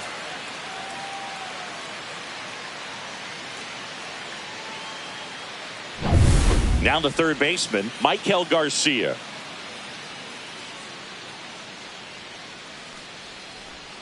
In for a strike, and it's 0-1.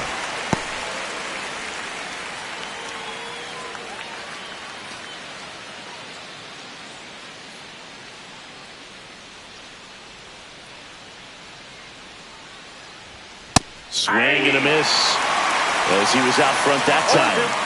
Perez, the lead runner, out at second. Renfroe at first, 2 out of the inning. Swing and a ground ball base hit right field. Throw in holds the lead runner at third, so it'll be bases loaded and 2 gone. The center fielder, number 28, Kyle. And now it's Kyle Isbell.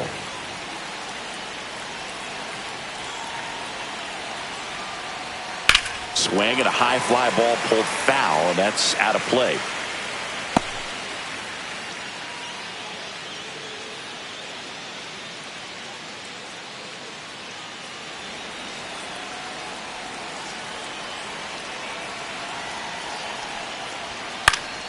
Swing and a pop off in foul ground.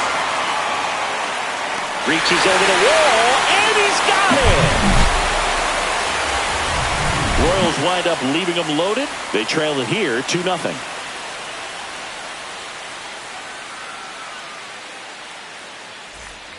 Bottom of the second. Here's Josh Young. The third baseman, Josh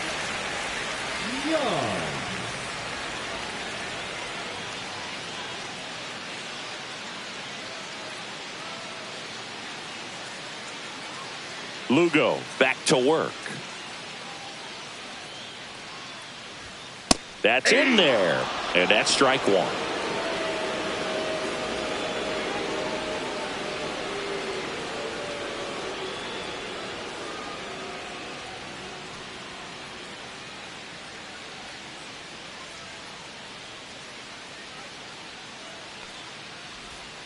And a foul ball.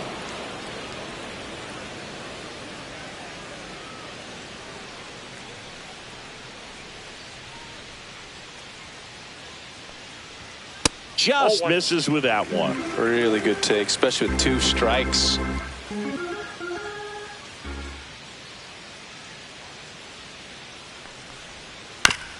Up the middle, and he knocks it down. Still able to get it there in time. And they come away with an out after a tricky start to the play. Up next for the Rangers, Evan Carter.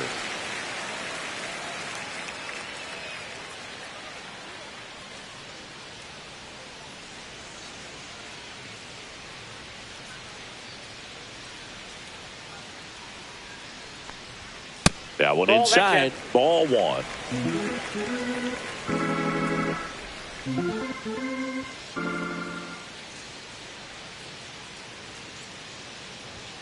Right through there for a strike. 1 out, base is empty.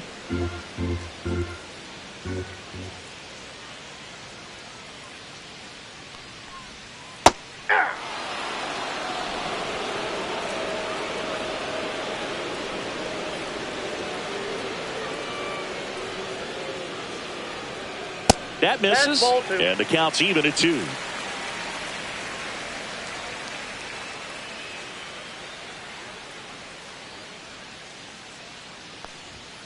Looked like it was a little bit up.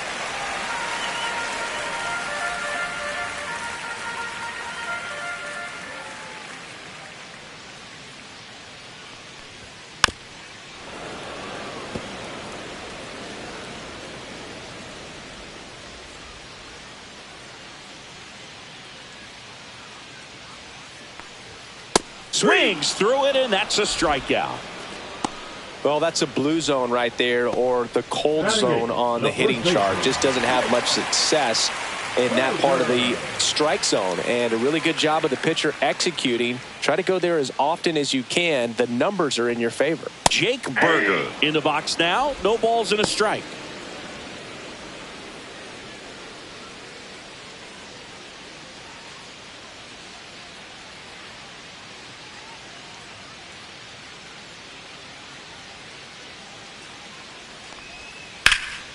Hammered down the right side, but foul. 2 outs.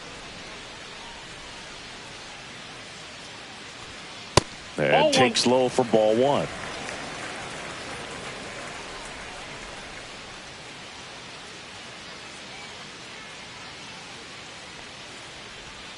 Good job to fight that one off. 2 outs, base is empty.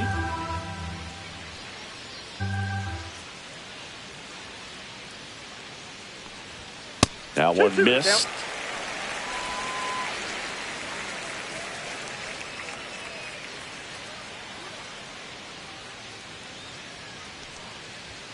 Next offering upstairs. I think he wanted that call in the upper part of the zone, but just didn't get it. Now he's just trying to get a better feel for how much it missed so he can adjust his sights just a little bit.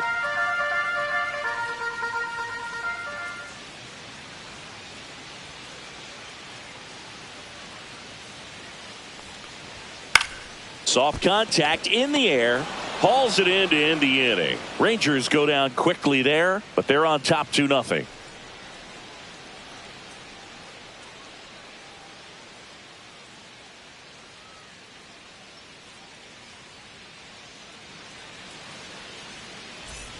On to the 3rd inning. Jonathan India at the plate. Jonathan India.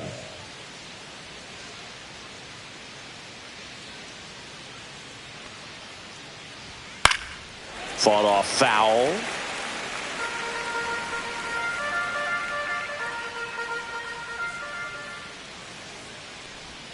Next offering is in for a strike. No ball, 2 strikes.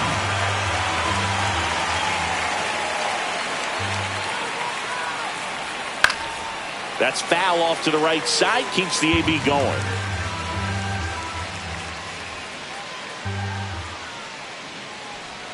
That one ball, almost got him. 2 strikes.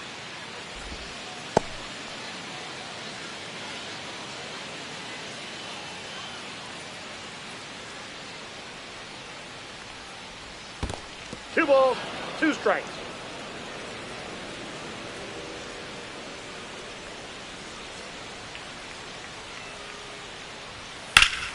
Battling here as he fouls it away.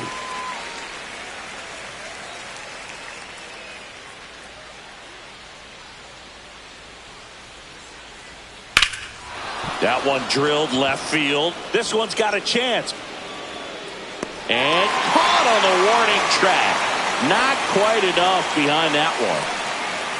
The batter, number 20, Bobby Witt Jr. Now here's Bobby Witt Jr. Fly to center his first time.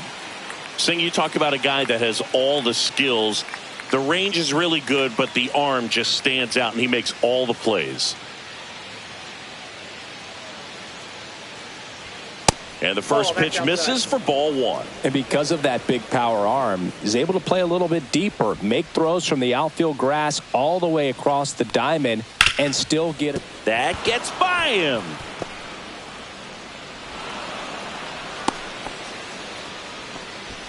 Up next for the Royals, the first baseman, Vinny. Man at first, Vinny Pasquantino steps in for the Royals. 0 for 1. He struck out swinging last time. And a first pitch fastball is in for a strike.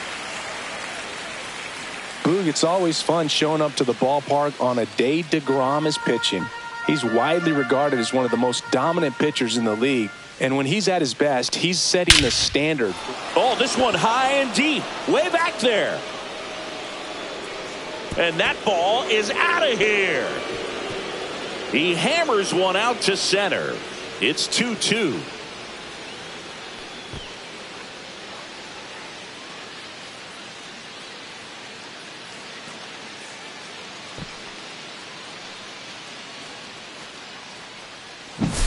That's exactly the pitch he was looking for. Crushes it and hits it out of the ballpark.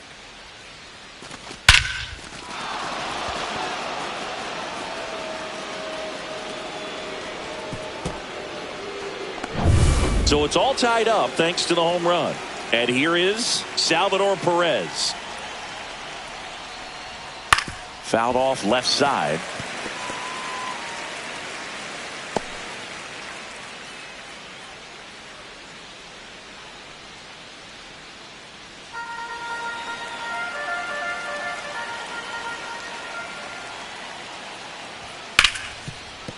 Oh, can't pick it up cleanly.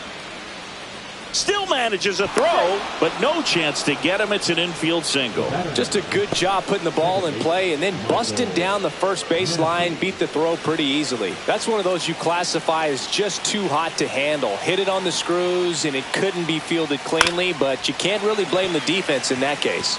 And now Michael Massey.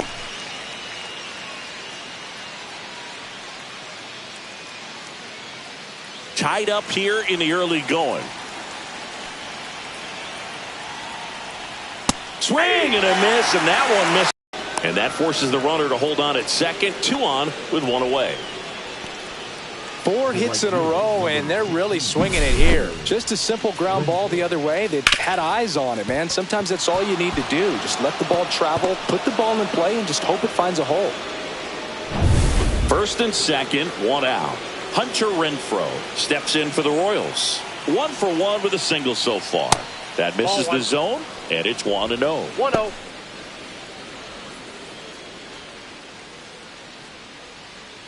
Still only 1 out here in the inning.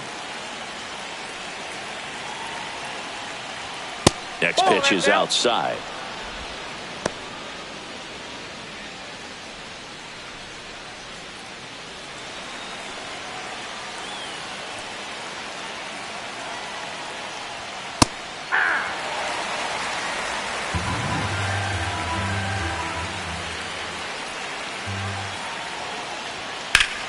out in front and foul to the left side.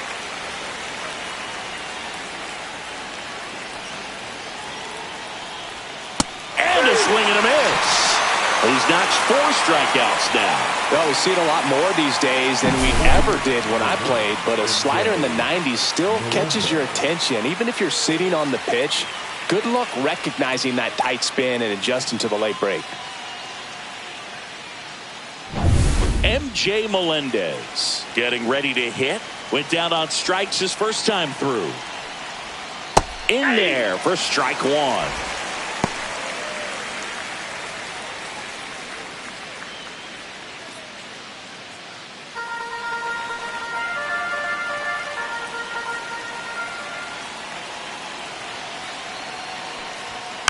And that is out of play. Perez on second. Massey on at first with 2 down. Got him swinging on the curveball. He picks up his 5th strikeout on the hill. 2-run shot for the Royals this inning. And we're deadlocked now at 2 apiece. You're watching Major League Baseball on the show.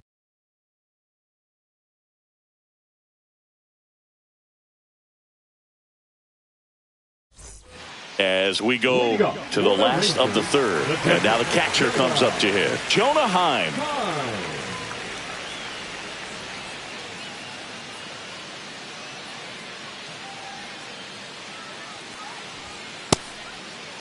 Checks his swing. Appeal to 3rd. No swing.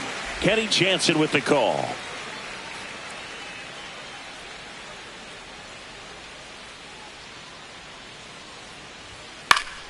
Fouls one off out of play. Back to our left. Pretty good pitch to take a pass at in a 1-0 count.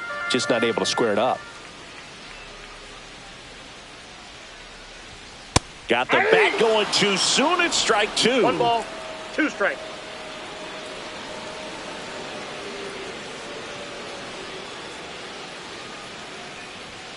Keeps the at-bat going with a foul ball. That wasn't an easy pitch to hit. It's much easier to do damage against mistakes, but that's not what that pitch was.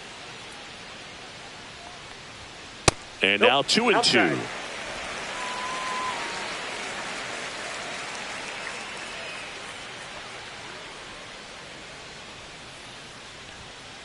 Count's full.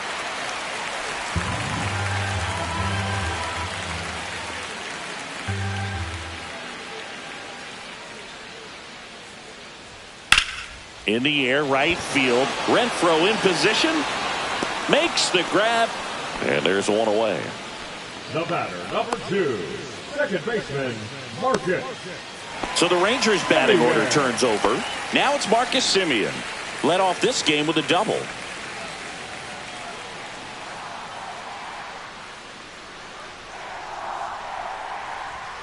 Just missed. Outside.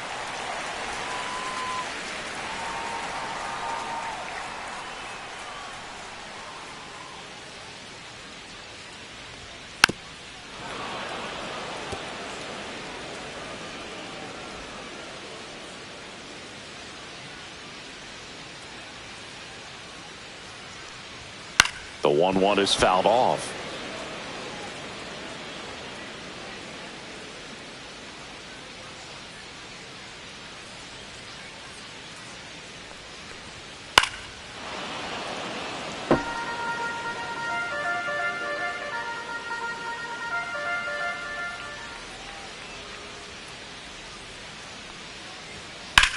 That one hit to right. Renfroe sizing this one up. Hauls it in, and there's 2 away. The batter, number 5. So now it's Corey Seager. Grounded out his first time up.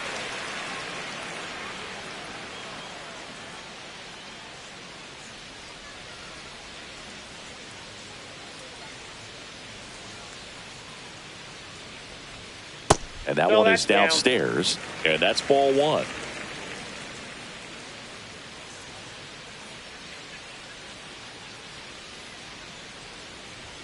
And another ball. That's a good pitch there.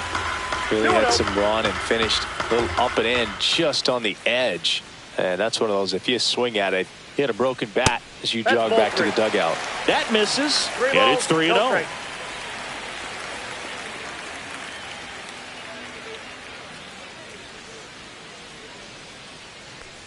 Ball four, and that's Seager tough. has taken his base.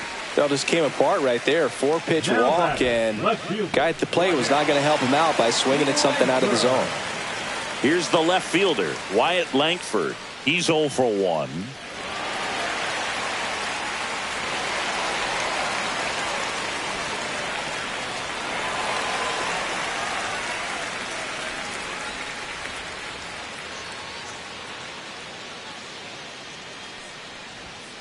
Late swing fouled off.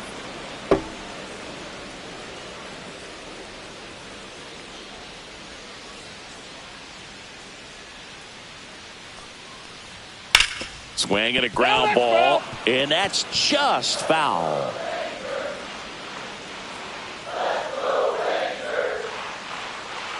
Oh, and 2 now. That's a One ball. ball, Tried the 2 strikes. sweeper.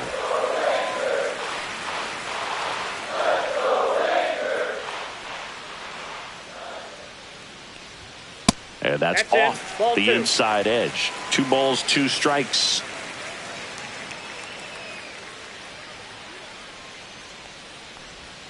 And misses inside. Great RBI spot here. Just got to stay focused on the pitch. The runner will be in motion, so something in the gap should definitely score it.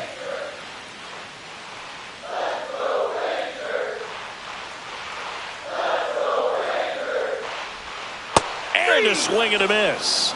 And he's registered 3 Ks in this one. So it's no runs, no base hits, no errors, and 1 left. On to inning number 4. We are tied 2-2.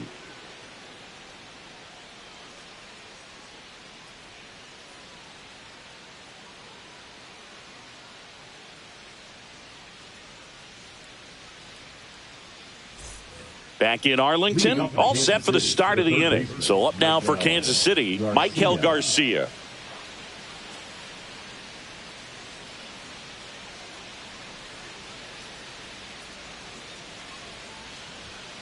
First pitch doesn't find the zone. Well, these Royals doing a great job, Boog, of just waiting for the right pitch to come their way, and I'm seeing very patient at-bats out of them. They're doing a good job of working the pitch count, and they've been able to push a couple of runs across to score as well. Ground ball left side. And 1 gone in the 4th as they get the leadoff man. Still relatively early, but with the pair of runs already on the board, the ripple effect of that high pitch count might set them up to do more damage later in this game. And now the center fielder, Kyle Isbell. First time up was a pop out. And he swings and misses, and it's 0-1. 0-1's the count.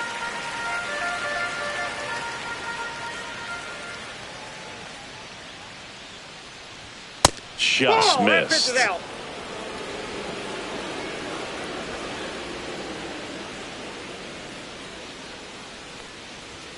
And now Ball 2 2. balls and a strike.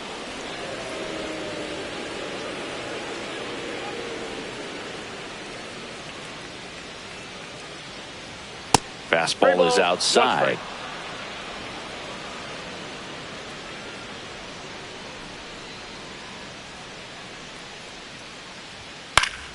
Fouls 1 away, and now 3-2. I wouldn't throw him another breaking ball. Try to go again with the fastball slightly elevated. He just is having a hard time catching up. Got him swinging. Well, I don't think there's a hitter alive that hasn't at some point succumbed to that pitch right there. It just looks like it's in the zone the entire way, and then the top spin and gravity take over in the blink of an eye, and it's just such a tough pitch to lay off of. Back to the top of the lineup. Next is the designated hitter, Jonathan India. Fastball for a strike.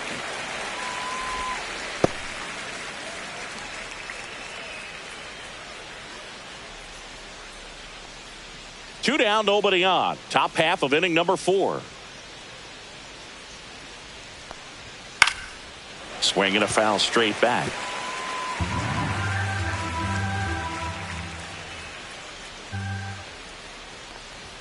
Next One pitch ball, misses 2 way strikes. outside. 0-2 pitch that far out of the zone gives the hitter a little confidence that maybe he can climb back into this at bat. Ouch. Timeout. He had That ball 2 hit him. strikes on him, and he hit him. The batter, number 7. So 2 down now, and here is Bobby Witt Jr. 1 for 2.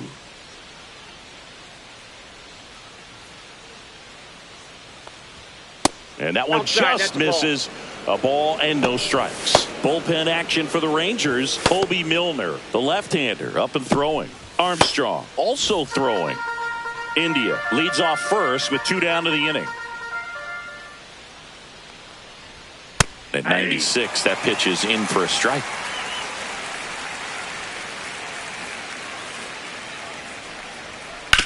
Back to the mound. He's got it. Handles, throws to first, and Witt is out. And that is the inning. Royals lead 1. Score remains deadlocked at 2-2.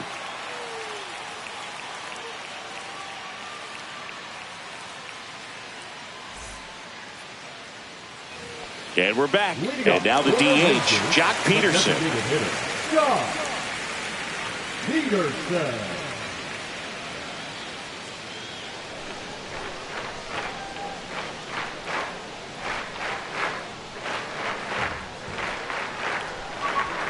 That one finds the zone. Strike 1. Well, we call that keyholing. Even though it's right there and looks pretty good, if he doesn't love it, he's not going to swing that early in the count.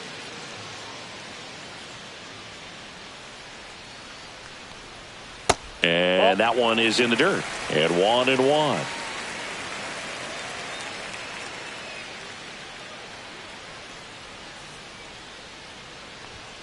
And there's a ball.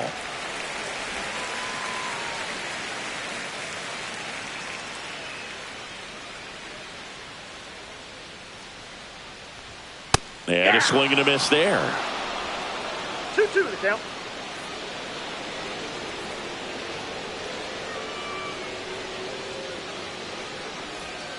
Misses off the plate.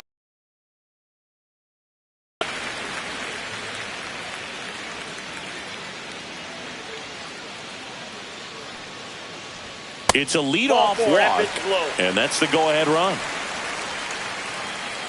Now batting, right fielder, Adolis Garcia stepping in for the Rangers. Fly to left his first time.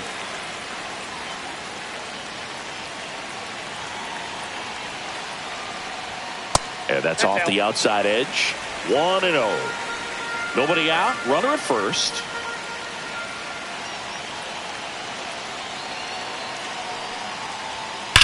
That one is absolutely belted. And it's a one-hopper off the wall. Should be extra bases. Safely into second. He's got a double. Seems like he got exactly what he was looking for right there. He hit that ball really well to deep right field right there. Got a pitch to drive and just stayed through it nicely. Didn't quite have the trajectory to clear the fence, but you're always happy with an extra base hit.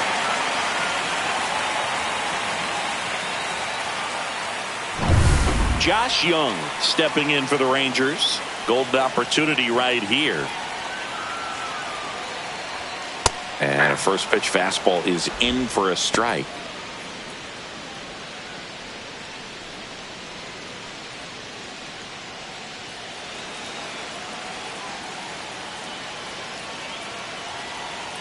And the righty deals. On the ground, right side. Tosses to first, and that is a big first out. Well, you're definitely looking to do more with that opportunity at the plate. 2 runners in scoring position, but at least he puts the ball in play. They bring across 1 run. Still one out there to pick up. And here is Evan Carter. His first at bat was a strikeout. Fly ball to the outfield for a sac fly. Soft ground ball to the right side. Find a hole. He can attack this a few ways, but the one thing he can't do is strike out.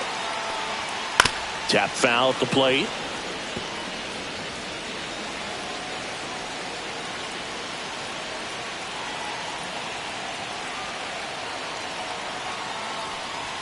Swings through that one for strike 2.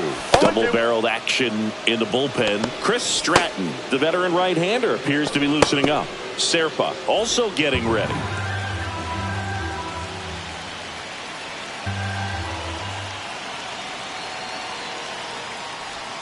That one just misses, and the count 1-2. That pitch was pretty borderline at the top of the zone, and he's not digging the call out there on the mound. Clearly pretty frustrated, so he's going to have to collect himself a little.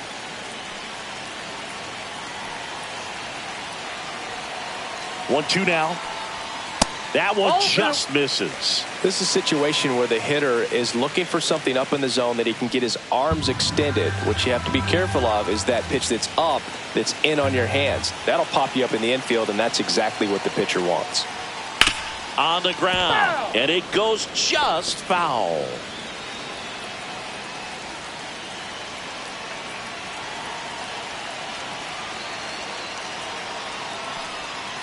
Swing and a miss, and he got him. Make it 4 strikeouts for him on the bump today. I mean, there aren't many curveballs in the sport today that break like that thing does. Huge movement. It's so difficult to get on the same plane and even think about squaring it up, let alone get a piece and hope he throws something else to keep the at-bat alive. And now it's Jake Berger to hit. 0 for 1 so far. Fastball for a strike.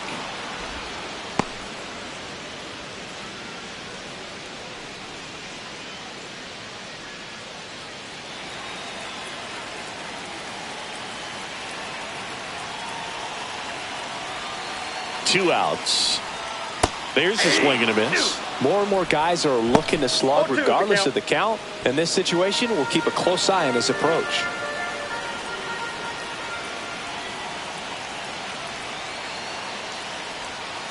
Ball. 2 outs and a runner at third. We're here in the bottom of the 4th.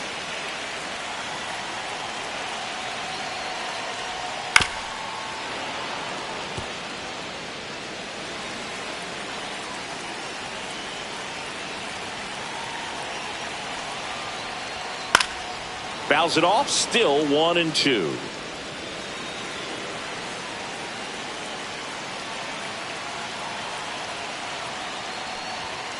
Now he breaks his bat. To first, that ends the inning and stops things from getting out of hand. A run, a hit, and a man left. We're headed to the 5th. It's the Rangers 3 and the Royals 2.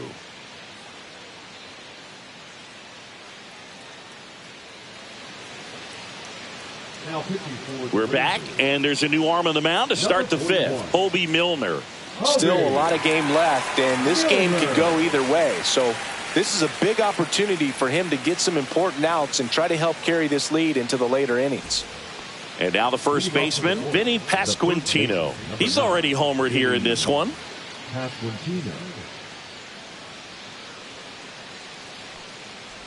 Milner, a 6'3" lefty, 185 pounds. He joined the team as a free agent. Well, these Royals finding ways to get on base, but they still need help driving them home. They only have 1 hit with runners in scoring position, so a lot of squandered opportunities.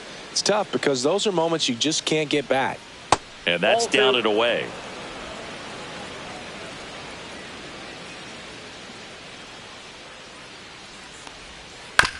Hit on the ground to short. Seager.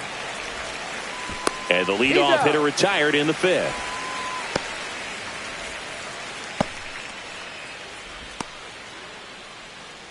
Here's the catcher to hit, Salvador Perez.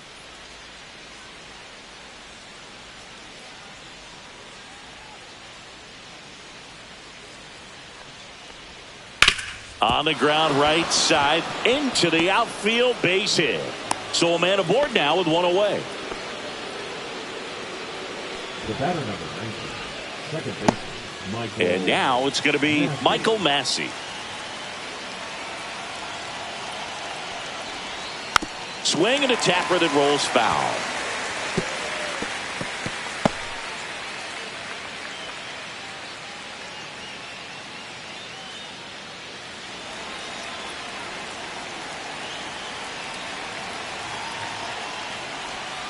Outside low, and the count is 1-1. Way to lay off that pitch down.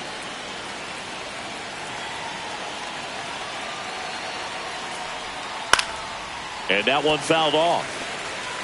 Perez, the runner at first with 1 gone in the inning.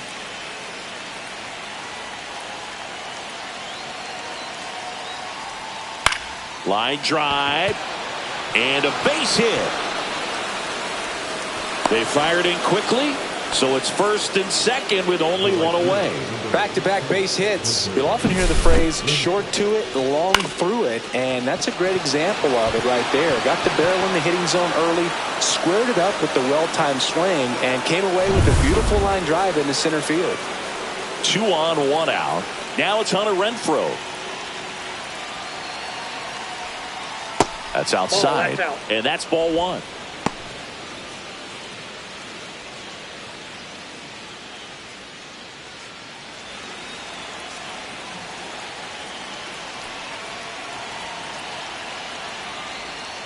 And the sweeper misses. When the skipper calls down to the bullpen, he's expecting the guy to come in and get outs. So far, not getting what he was hoping for. On the ground to third. Tags the runner for 1. Double play as they get out of another jam, and the inning ends. So 1 left for Kansas City, and it's still a 3-2 ball game.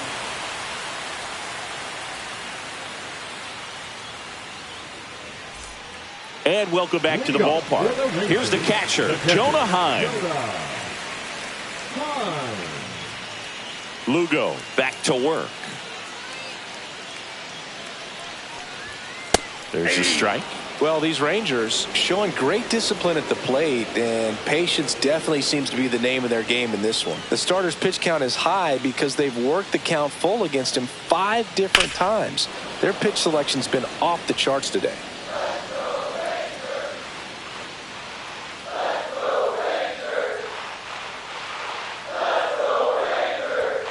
Swing and a miss, struck him out.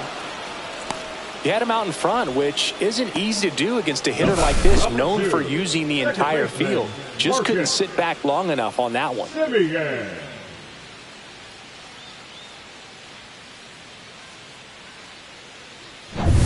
Marcus Semien stepping in for the Rangers.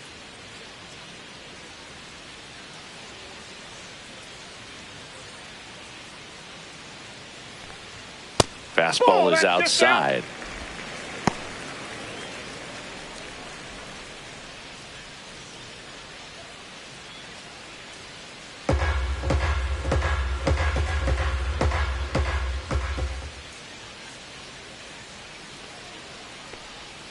And another ball.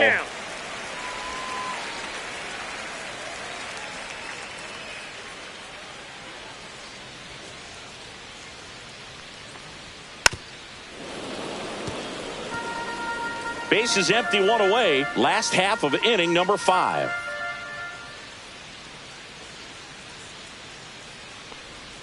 Swing and a miss. 2 balls, 2 strikes.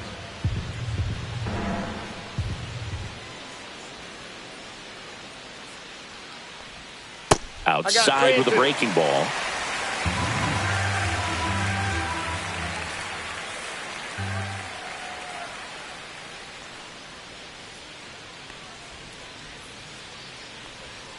Fouled off again, and it remains 3-2.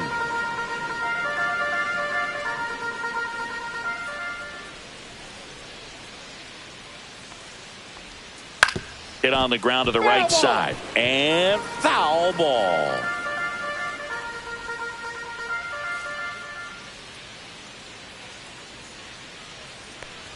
And that's low for ball 4. It wasn't easy, but he earned that walk after a long at bat. Pitch count's getting up there now, and not saying that's the reason for this walk, but this is the point of the game when every sign of wavering starts to get everyone's attention. Here comes the skipper out of the dugout, and he's ready to make the move. Seth Lugo, done for the afternoon. Just never found his groove, wasn't able to settle in.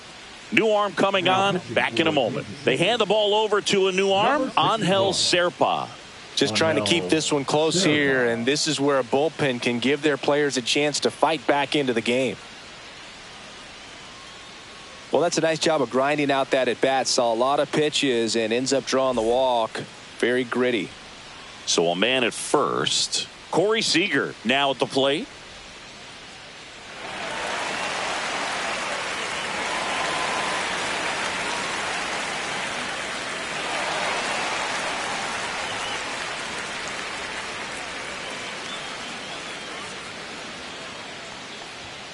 The shortstop takes the ball.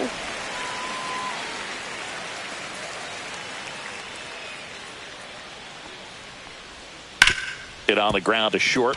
Into the outfield. Base hit. They get it in quickly. So first and second now, one out. Now batting the left fielder. Not much to this one other than just a willingness to go the other way and put the ball in play. That's a team at bat right there. Nice job of staying back and letting the ball get deep. Next up for Texas, Wyatt Langford. 0 for 2 in this one. First offering, and it just misses. Counts 1-0.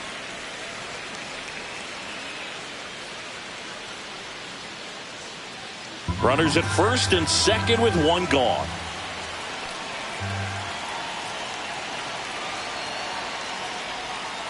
Ball, that's off the plate. Struggled a little bit in this one. Couple of strikeouts earlier, but doing a much better job in this at bat to get ahead and find a good hitter's count at 2-0. That's off the mark. Ball 3.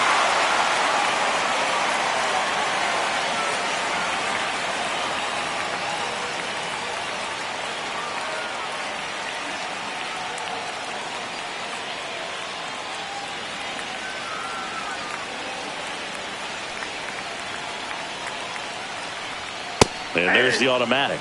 Definitely not a pitch location you're expecting up there as a hitter when you know the guy's got a good sinker ball. If he can get in that location, boy, you've got to look top to bottom, and that's going to make it very difficult to hit. We got a full count. 2 on, 1 out. And they're all loaded up. You get a walk, and you get a walk. Everyone gets a walk, Boog. And the batter now, Jock Peterson. He's already homered in this game.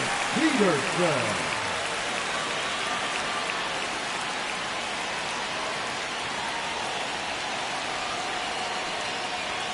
That's in for a strike at 95, 0-1. Tough situation right here. So important as a pitcher to get ahead in the count as he did right there.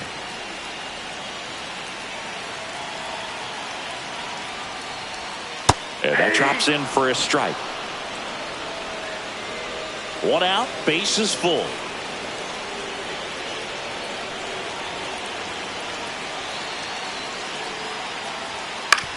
Ground ball left side, could be 2. Off balance feed, there's 1. Double play.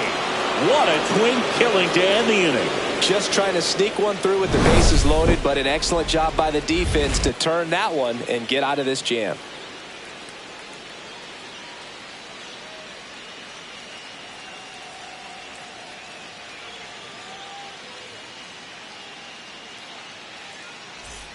Top of the 6th inning. And to the plate for Kansas City, MJ Melendez. Number 1, MJ Melendez. And the first pitch misses for ball 1. Meanwhile, activity in the bullpen. Jacob Webb getting loose out there. Garcia getting loose as well.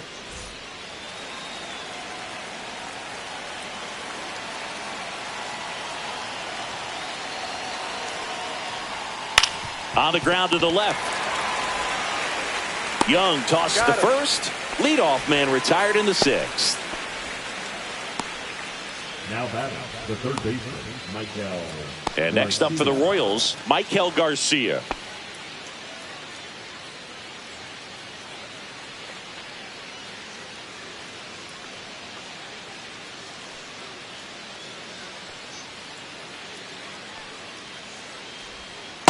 Just missed. Ball 1, no strikes.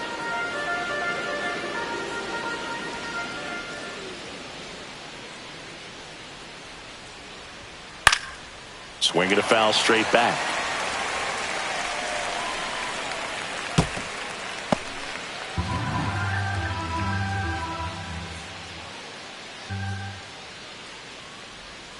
Next offering upstairs.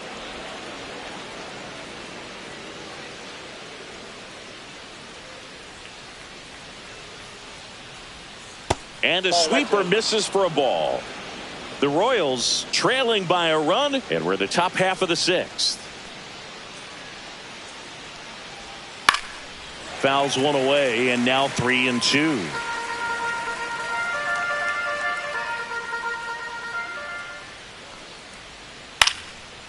Liner, base hit.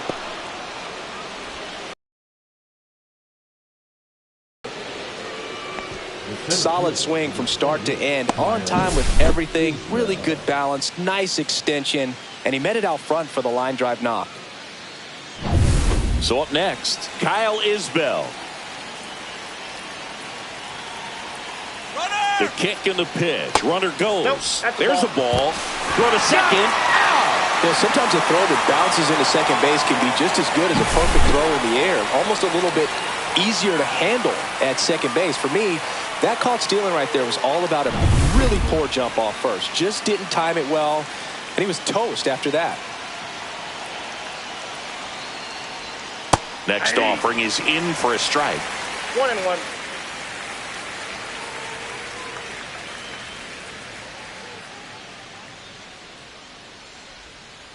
Next offering is fouled back.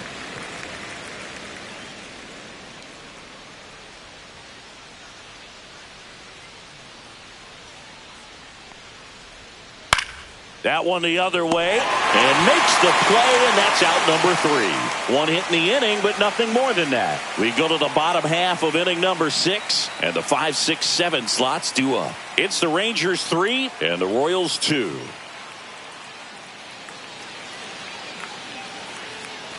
Back at Globe Life Field. Now it's the right fielder, Adolis Garcia.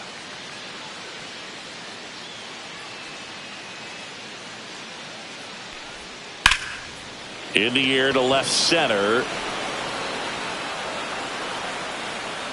Hauls it in, and there's one away. The third baseman, number 6. Josh Young digs in now. Young.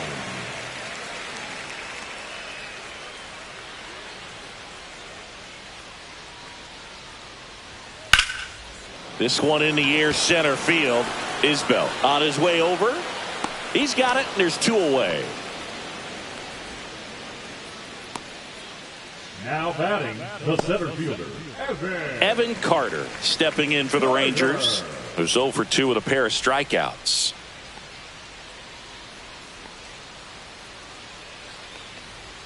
First pitch misses. Bullpen action for the Royals. Chris Stratton preparing to come on if needed.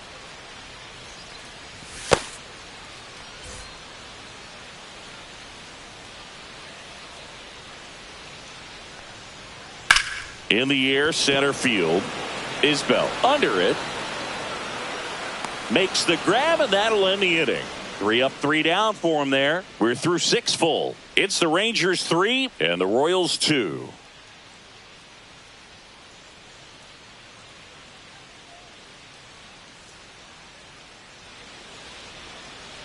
now pitching for Taking over on the mound for the Rangers, Jacob Webb. 71. These are the spots relievers really make a name for themselves, late and close. There's not much margin for error, but at the same time, there's a reason they're put in these situations. Back to the top of the order now. Now it's the DH, Jonathan India. India.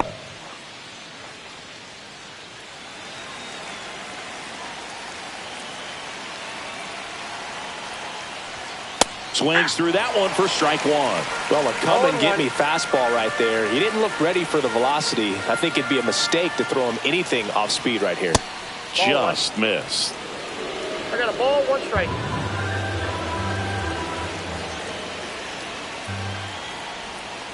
And a count 1-2.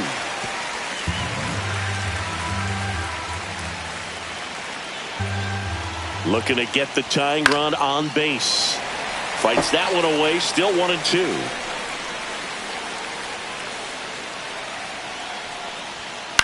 Headed towards the corner. And a foul ball.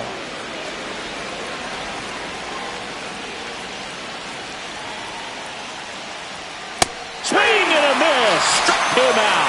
Chased the fastball up the ladder for strike 3. A big first out here in the 7th via the punch out. Yeah, it just does so much to change the outlook of an important inning like this. When you got the leadoff hitter so critical in setting the table when you got a tight game like this. So a strikeout really puts them on their heels. Bobby Witt Jr., the next to hit. And that's in for a strike. 0-1.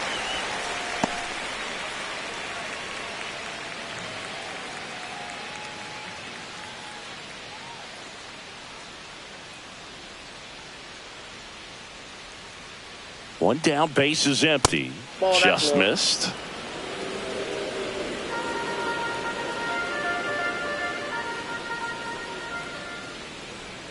And that's downstairs and outside.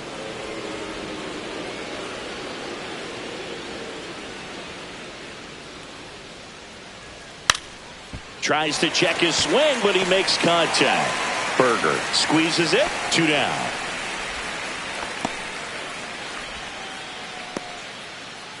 Digging in, Vinny Pasquantino.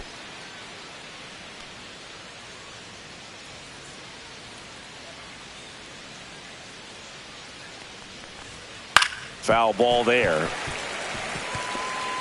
Trying to hold a 1-run lead here in the top half of inning number 7.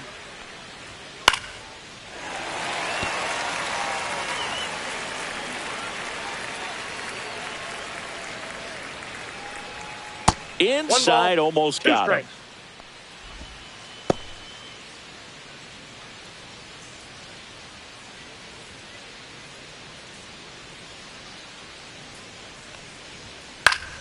Fights it off. He'll see another.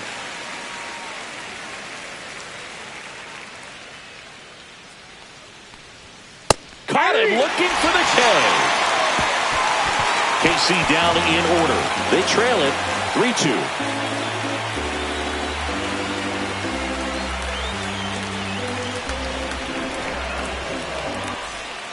We're back in a new pitcher here to start the bottom of the 7th. Chris Stratton. And he's got a big-time breaking ball to contend with. Hitters going to have to pick it up early if they're going to have any chance. Well, 1-run game. Jake Berger stepping in for the Rangers. Berger.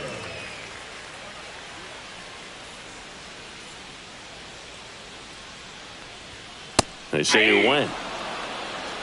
0-1's the count.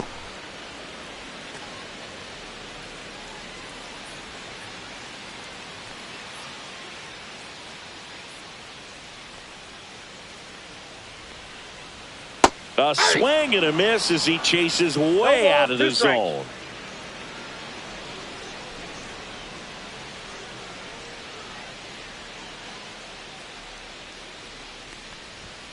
Cuts and misses. It's a strikeout. And now Jonah Heim. Catcher, Jonah Heim.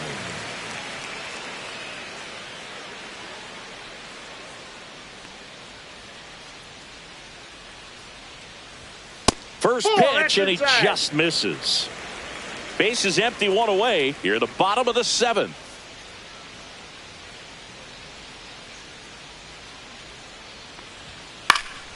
And a foul ball.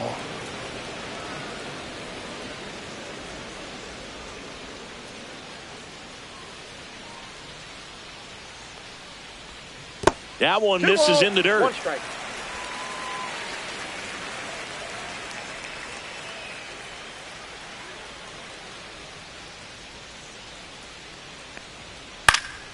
This one popped up. Foul ground, first base side. Reaching for it, makes the catch. The batter, number 2, second baseman, Marcus Semien. So next to hit for Texas, Marcus Semien.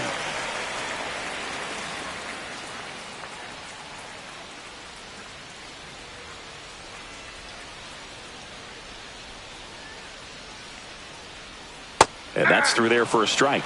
And it's 0-1.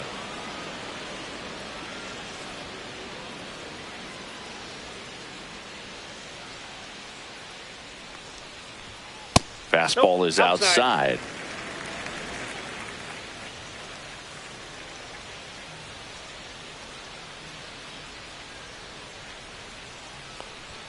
Close, but called a ball. Now 2 balls and a strike.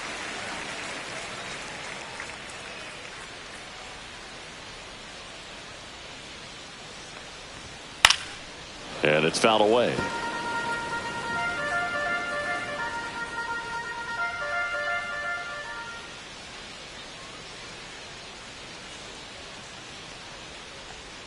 Slider misses outside.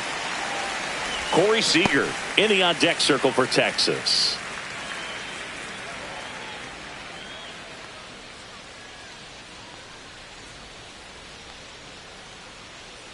Two down, nobody on. That's ball four. Tried another fastball, but missed the spot. One of the things about that 2-out walk, the base runner over at first base is going to have a very aggressive secondary lead. So a ball down the line or into the gap will produce a 2-out RBI, and those are the best. That is, if you are the offensive side of it.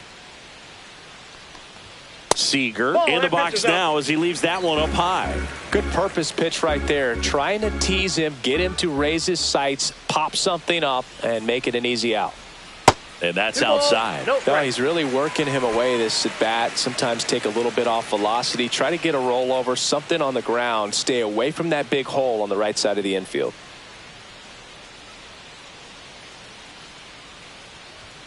Misses again, 5 in a row. This is a really good feeling for a hitter at this point in the ball game. You know that they don't want to walk you, so you're going to get a pitch to hit. You just better not miss it. That one fouled off.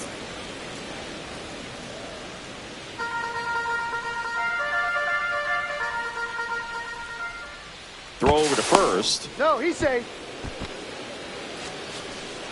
Simeon off of first with 2 away.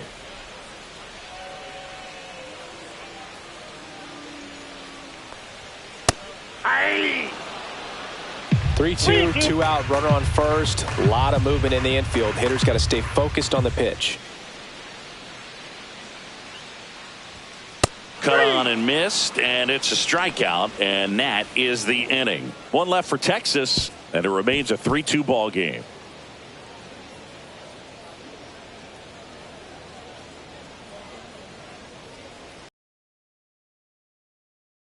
Back and a new arm on the mound to start the 8th. Robert Garcia. Well, the best relievers love the opportunity to come in and protect a tight lead late in the ball game. Some of them are just wired different, so we'll see what he's got here.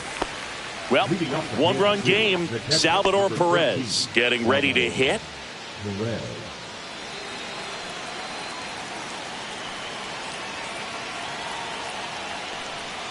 First pitch, not close. Action in the pen down there. Chris Martin, the closer, getting cranked up for a possible save opportunity.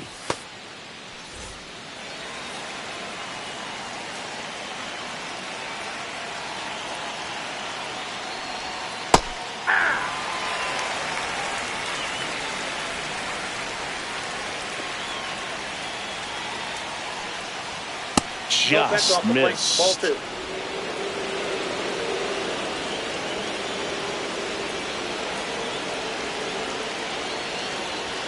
That pitch in for a strike, and it's 2-2.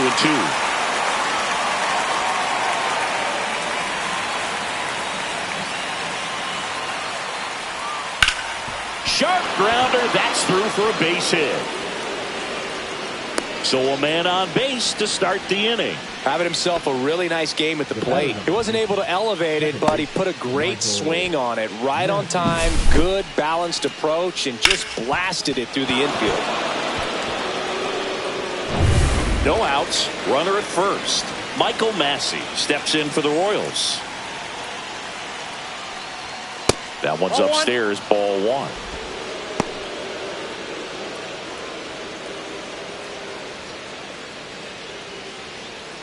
With the go-ahead run at the plate, and we're in the top of the 8th. That one down the line, and that's just foul.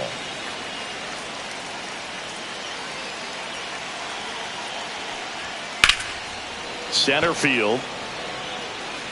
Brings it in. 1 away.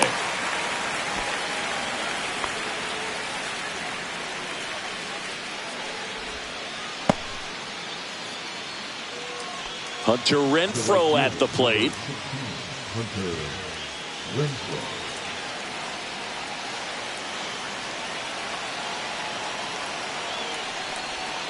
First pitch doesn't find the zone.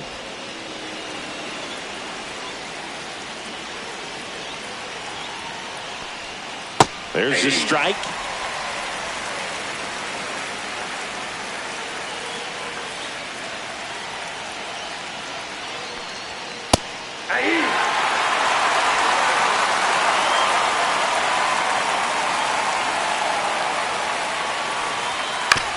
Swing and a ground ball, and it's just foul. That was close.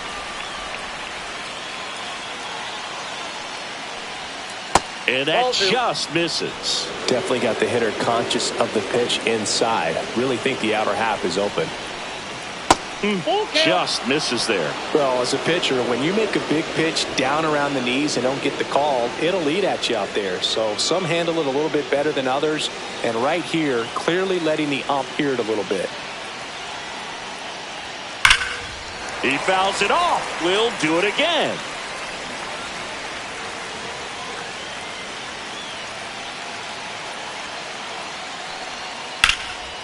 Smoked into left field. Base hit.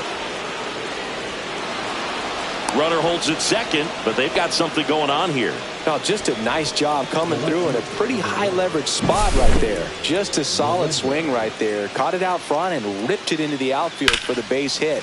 Those always feel great. Chance now to even the score and maybe extend this game. Looks like it'll be a pinch hitter.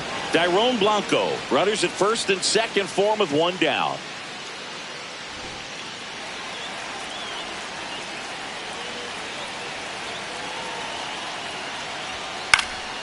Swing and a ball lifted to center field.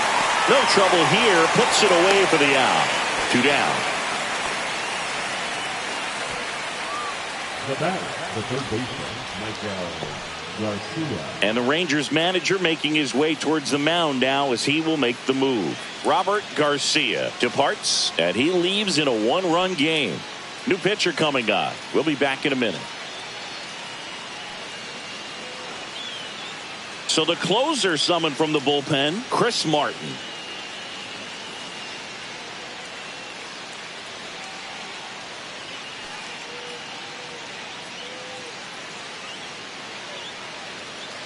So a change being made at first base. And here's Kansas City's pinch runner, Joey Weimer.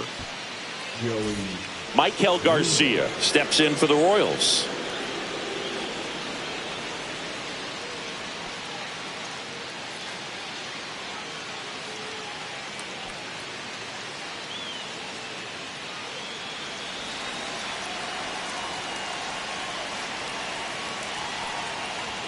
That one finds the zone. Strike one. Well, they're applying pressure, quality at bats, quality swings right now, and see this offense doing it one man to the next, showing a lot of fight right now, and they're making it difficult for the back end of this bullpen to close out this game.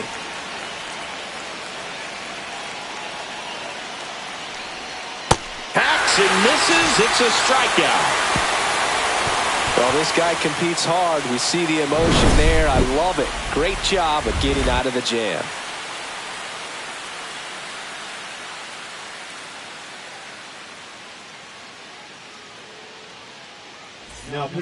Back now, new pitcher on the mound as we roll into the bottom of the 8th, Lucas Erceg. Pretty tight game, so they're looking for quality pitches out of him right here. Got to do his best to keep the score right where it is.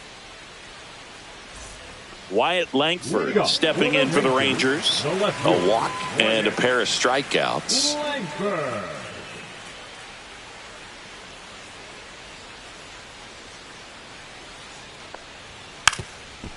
And he lays down a bunt, and that's a foul ball.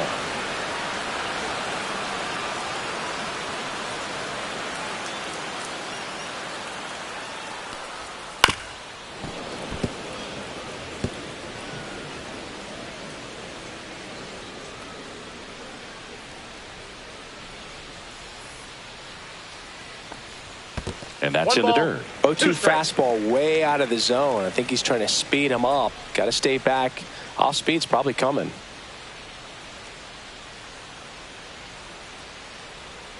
And now it's 1-2. This one blasted the other way down the line, and it's a foul ball. No, that's a foul ball.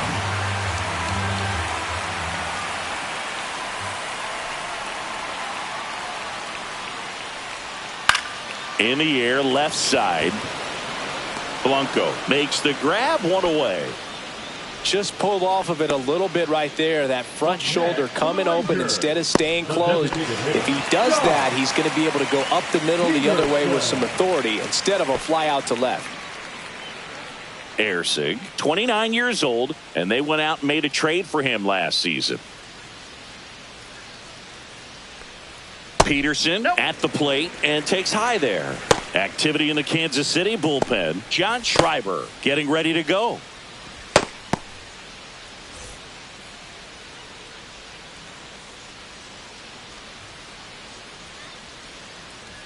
That one at triple digits. I got 1 ball, 1 strike.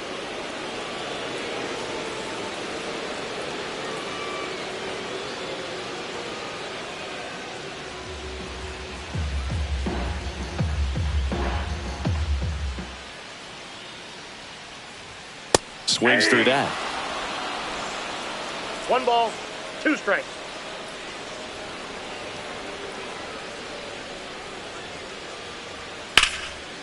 Liner, and that should be extra bases. Now he'll turn for second. In safely. It's a double and his second hit. 2 hits for him in this one, both for extra bases. Got to feel good about that. That pitch came off the bat really well into center field, and he clearly put a nice swing on it. And anytime you can get one to drop in out there, you know you stung it pretty good, because it seems like center fielders these days, to a man, these guys can run down just about everything hit their way. In steps Adolis Garcia, also known as El Bombi. Just missed. Counts 1-0.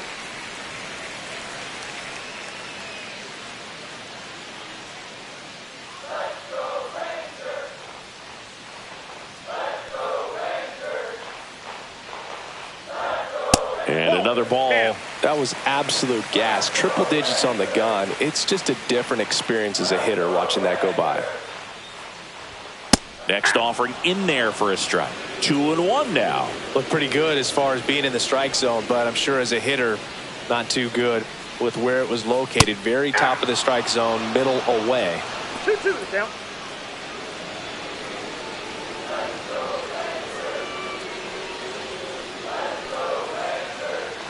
Man at second. Fouls it back with 2 strikes. 100 miles an hour, foul that off. That's a good piece of swinging. I won't say hitting because he didn't get a knock, but a good piece of swinging to keep the at bat alive. Swing and a miss. Struck him out. Went back to the fastball, and it was effective.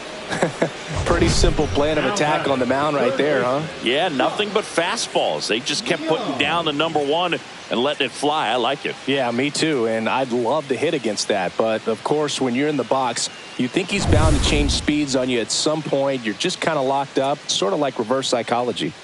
Josh Young stepping in for the Rangers. He was late there. Strike 1. 0-1.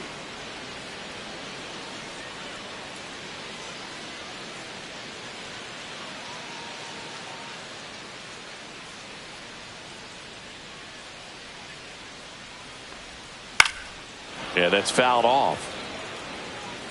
Peterson at second with 2 down.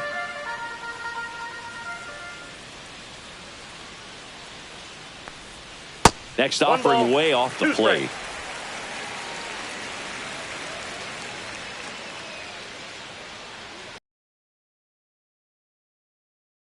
Miss, beat him with a fastball.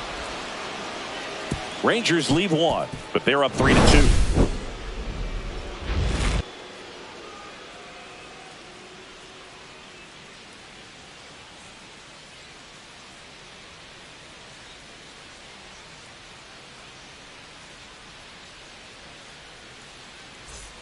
And we're back. We go to the 9th. So up now for Kansas City, Kyle Isbell.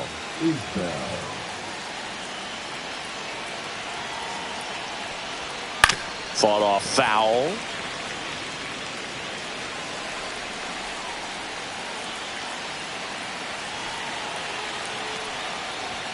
Late that time, and it's strike 2. It might be time to choke up a little bit, get that front foot down early, maybe even just spread out. He's really late right now. Got him! And a strikeout for the first out here in the ninth. Good late cut for the strikeout there. That thing really got in on him. And, you know, the cutter isn't really a huge swing and miss pitch most of the time because it's not really meant to move a whole lot. You're just trying to miss the big part of the barrel and maybe get some weak contact. But that one right there did a whole lot more than that. That was a really good pitch. He's 2 outs away. Jonathan India steps in for the Royals. Inside. That's off the inside corner. Ball 1.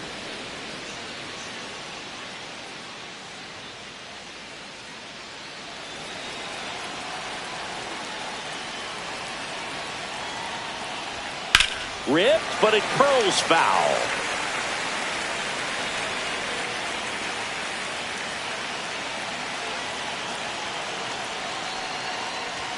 Just missed. Crowd locked in right now. 1-run game here in the ninth. And a 2-1 hammered but foul. Looked like you got a little excited on that fastball. Got to think to yourself, I want to stay up the middle. That way, if you're a little bit early, you hit it out of the ballpark. If you're a little late, opposite field now. And there's 2 away.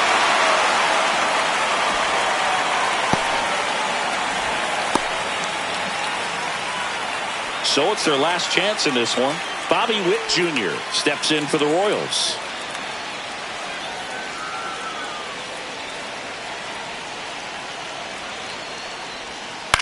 Fouled off left side. 1-run game here in the top of the ninth.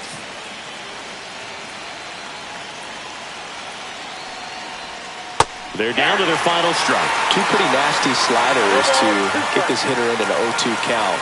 If you're up there at the plate, you got to look up in the zone and spit on anything that's down.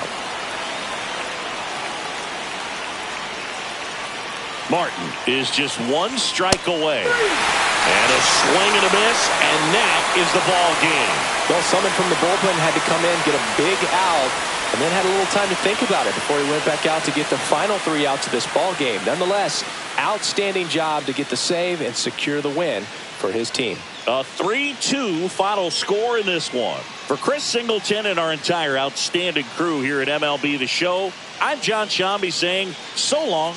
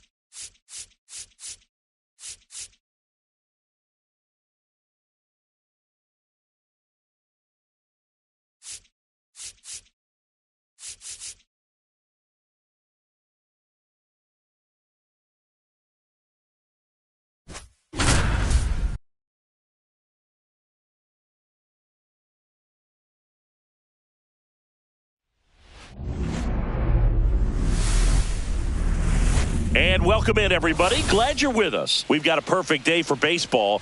It's the Toronto Blue Jays taking on the Baltimore Orioles. First pitch coming your way next. And now, please welcome your Baltimore Orioles. All right, just about ready for baseball. Our starting pitcher in this one, Zach Eflin. He's someone you can rely on to provide quality innings in almost every one of his starts, Boog. He knows how to command the mound. His stuff is good, and sometimes it's even better than good. If he gets off to a fast start, look out. It could be a tough day for this lineup. All right, ready to get underway. And it'll be George Springer to step to the plate.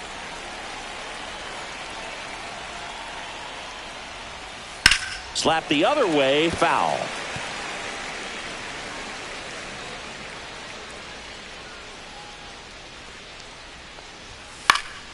Pulls that one foul.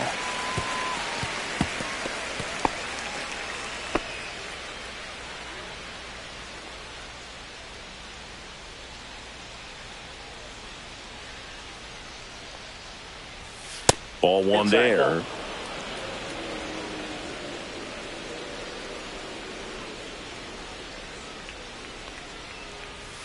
Sets him down looking. Called strike three and a fastball up in the zone. Bo Bichette up to the dish. Pitch misses. Ball one.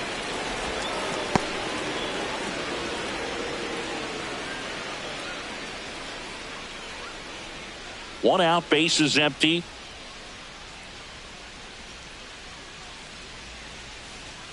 Next pitch in for a strike, and the count even at 1-1.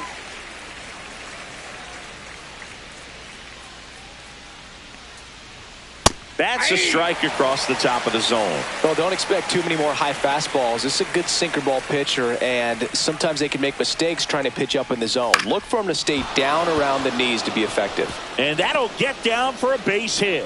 So a man aboard now with one away. A late jump, and I think that was the difference on the play, Boog. It's not always easy seeing the ball off the bat. Something to improve.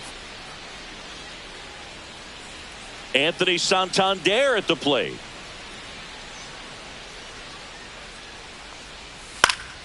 Swing and a foul back, and that's out of play.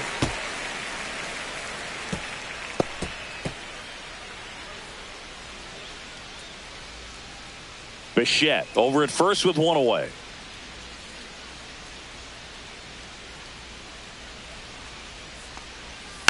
Next offering is fouled back.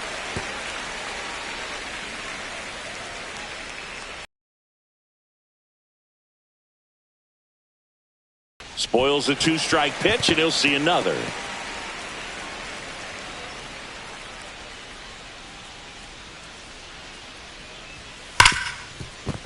And that's a base hit. Lead runner holds at second base. First and second with one down. Everything came together perfectly for him right there. Pretty tough for the infielders to do anything with that one. He pulled it hard into the outfield, and even when you keep it on the ground, it feels great when you hit a missile like that. Vladimir Guerrero Jr. now.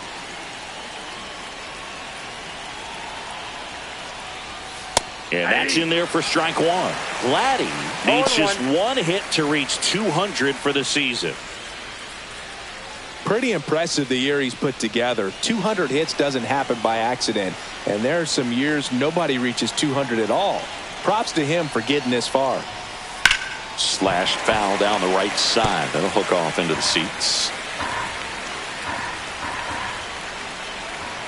2 on, 1 out. On the ground left side, 6, 4, 3, double play. And the inning is over. They made it look easy, but it started with a nice feed to the second baseman from the shortstop. Perfect turn, and they're out of this jam.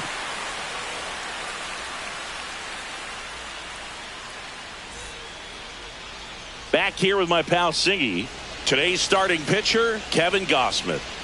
Well, I'm interested to see how he utilizes his sinker to this lineup, Boog. You know, it's not necessarily his go-to primary pitch, but he does mix it in when he needs it. He's just got to make sure that it's not flat. Otherwise, it's going to get hit hard. So look for him to throw it up there when he needs a big double play, a ground ball, something like that to get out of an inning, change it up for a hitter.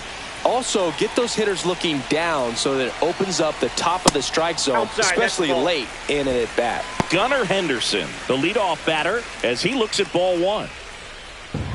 Gausman, multi-time All-Star. He features a four-seam fastball, a splitter, a slider, and he works in a sinker.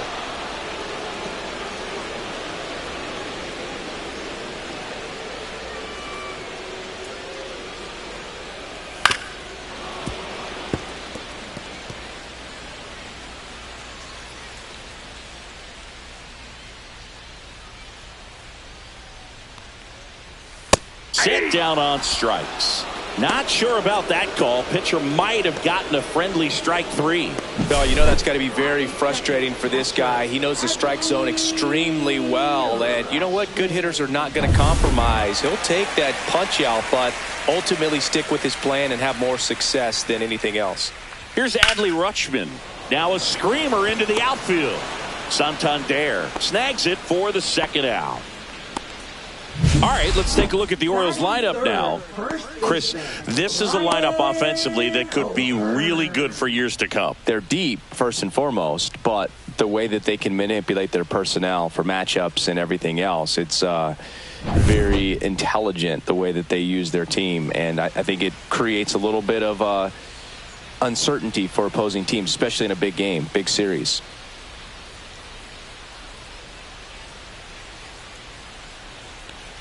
Ryan O'Hearn stands in with 2 away as he takes a ball.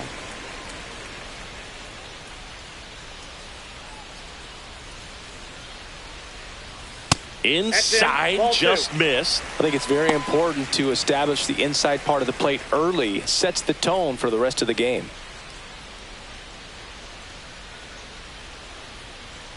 The pitch. That's a strike, and it's 2-1.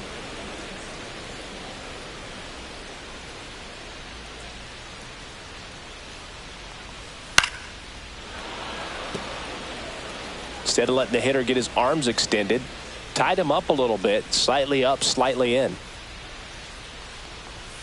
And that is downstairs. 3 balls, 2 strikes.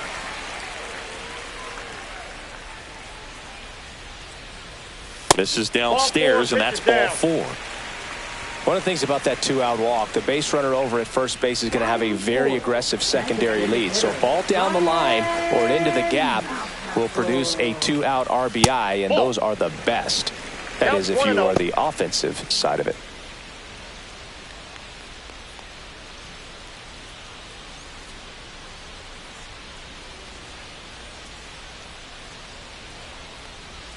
Next pitch is outside. He hasn't wanted to challenge him. Both of those pitches off the plate away. Don't expect anything down the heart of the plate.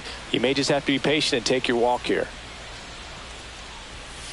Ball, that's inside. He's great hitting the ball the other way, and that pitch did a good job to straighten him up a bit. Mission accomplished. And the 3-0 finds the zone. Looks like he's just sizing him up there. Really good pitch to hit, but he took it all the way. Sometimes guys just want to set their timing later on in the game. That may be a pitch that he turns on. Gosman checks over to first, and he's back.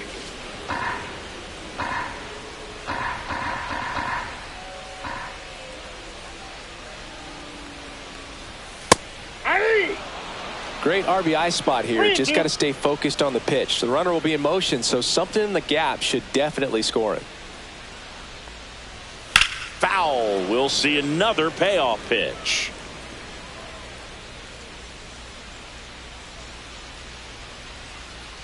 Two outs. Swings through that, and it's a strikeout.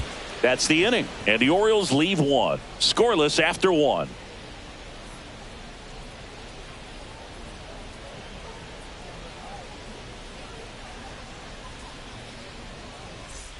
New inning getting started, and now the DH, Will Wagner. Eflin back to work. That one's in there. It's 0-1.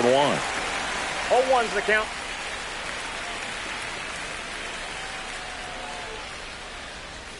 Right through there for a strike. Ed Drummond behind the plate calling balls and strikes. Maybe one of the most respected umpires around the league. He's not the kind of umpire that you're likely to notice back there. And that can be a huge compliment, really. So if you're just kind of quietly doing your job, staying consistent with your calls, hitters, pitchers, managers, even fans, they're all going to appreciate you. Ed Drummond, he's that kind of umpire.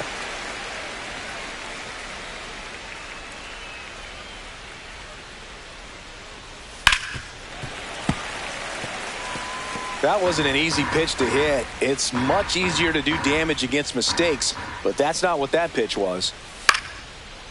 Swing and a line drive. That's a base hit into center field. So a runner aboard to start the inning. Really nice job of two-strike hitting in that at-bat. He got that front foot down, and pitch recognition was on point. Pretty impressive for an 0-2 count. Alejandro Kirk will hit next. Runner on the go. And that one fouled off.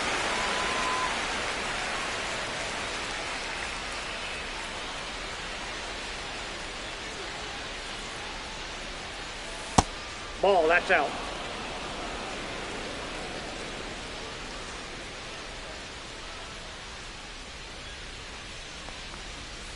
Misses outside. 2 balls and a strike. Last couple of pitches breaking balls away. I think he's going to have to come firm inside to be able to open up that location if he wants to go back there later in this count.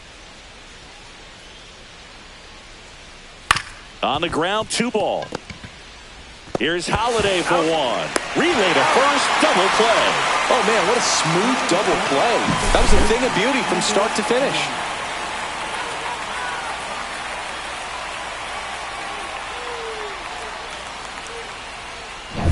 Here's Andres Jimenez.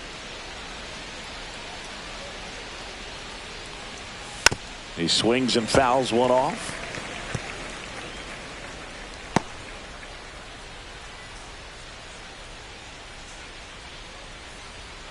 Second inning here, no score.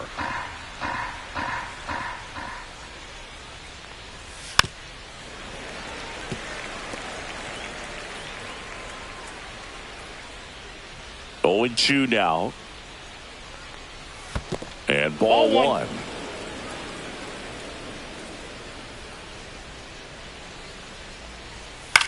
Line drive.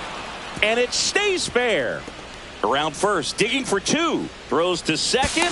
Tag, and he's safe. It's a hustle double. He quickly went from hitter to base runner. Love when guys make that transition, and he's got speed to put on a show.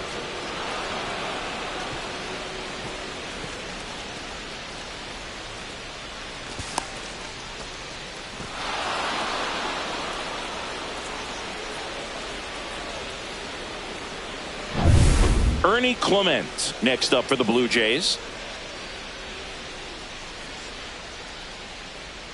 Breaking ball through there for a strike. Well, they're looking to get on the board first here after that clutch 2-out double made this inning interesting.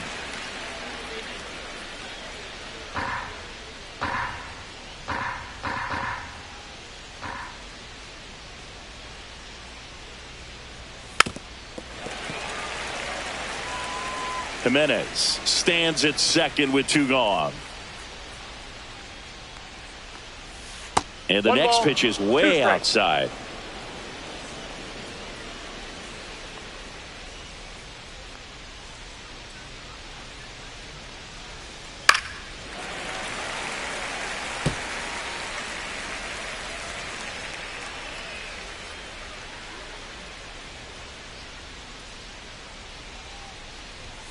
That's down and in.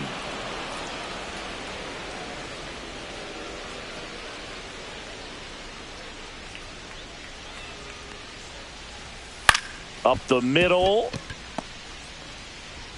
Onto O'Hearn. And that will end the inning. 1 left for Toronto. We'll go to the bottom of the second. No score.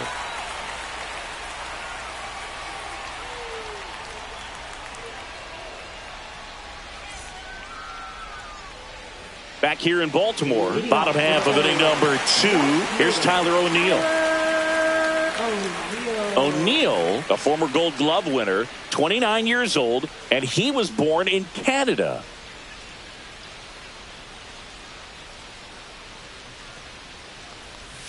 And the first pitch misses for ball 1.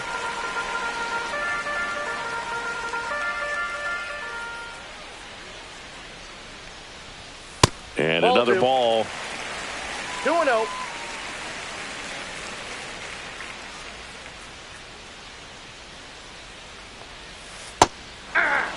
Nasty 2-0 slider there for a strike. That tells you he's got a lot of confidence in that pitch.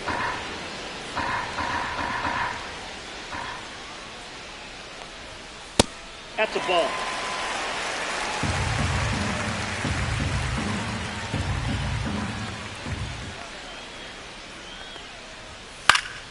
Fouls one away, and now 3-2. I wouldn't throw him another breaking ball. Try to go again with the fastball, slightly elevated. He just is having a hard time catching up.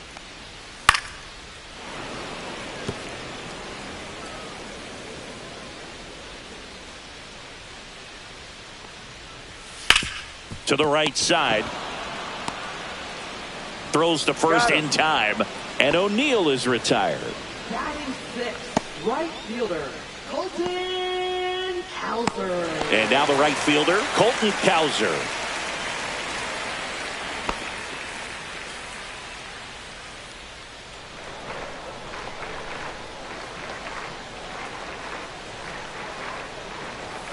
And the first offering is not close.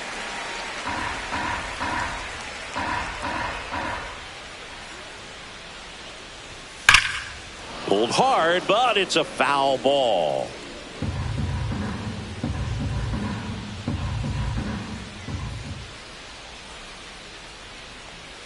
And downstairs.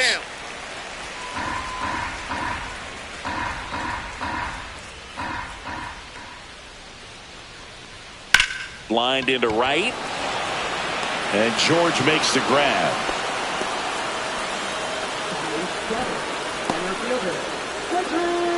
Cedric Mullins now at the plate.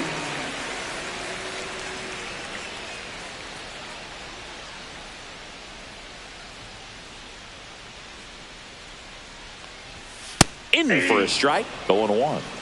2 out, space is empty.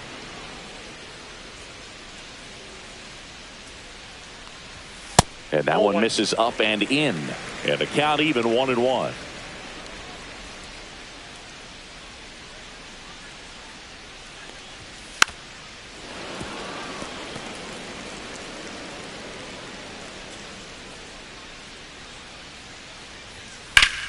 And foul ball.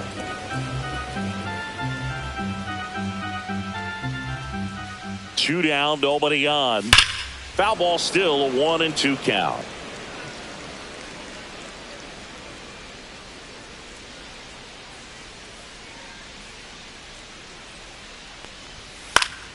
And it's fouled off. They'll do it again.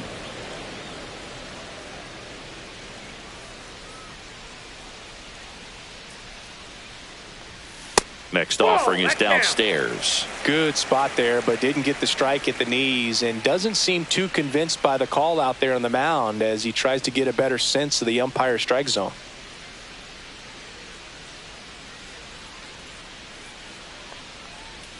Still 2-2 after the foul ball.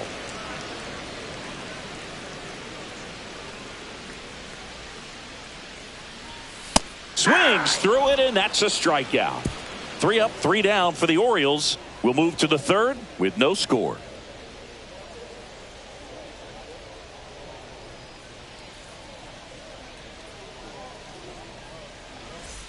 Top half of the third inning, and now for the Jays, Nathan Lucas.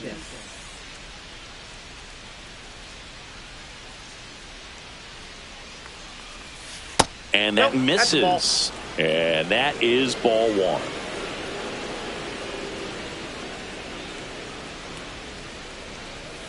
And a foul ball.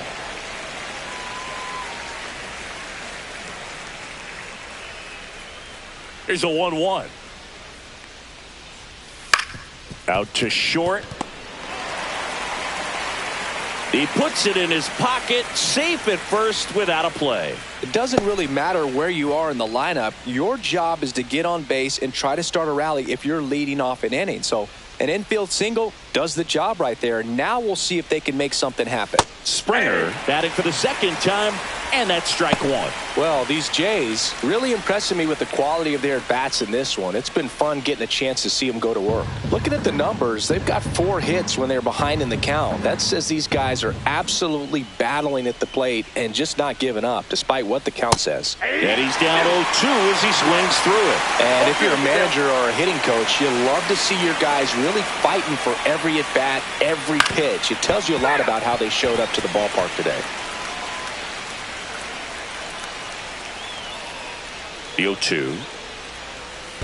1 ball. In the dirt, blocked.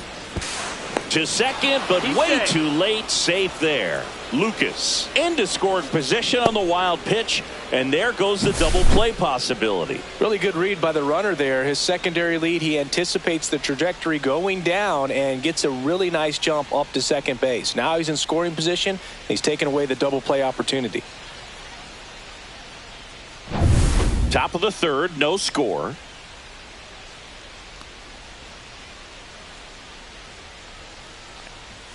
Pitch misses. The count now 2-2.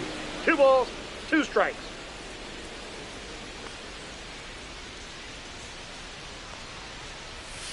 Got him. 1 down.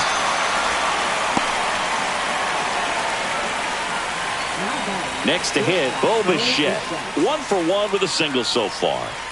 Singy, he's got a history of coming through into big spots. I know I like to talk about, I'm not sure whether clutch actually exists, but you look at the numbers, and this guy always seems to deliver in those spots. 1-0. Well, I think it's the ability to assess the situation, understanding what the pitcher has, what he's trying to get people out on, and then being able to use the entire field.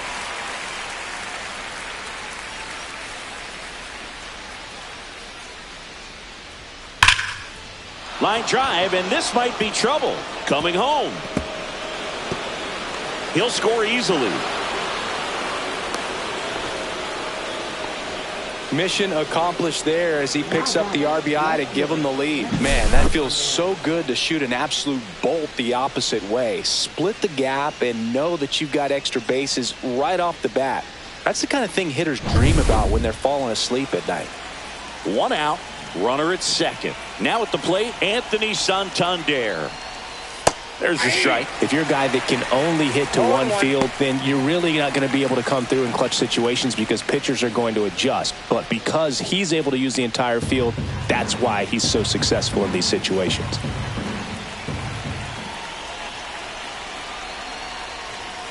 That clips the inside corner for a strike.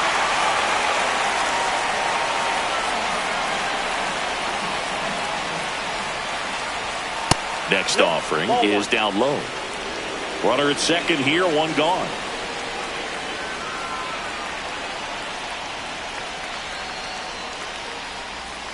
That's inside.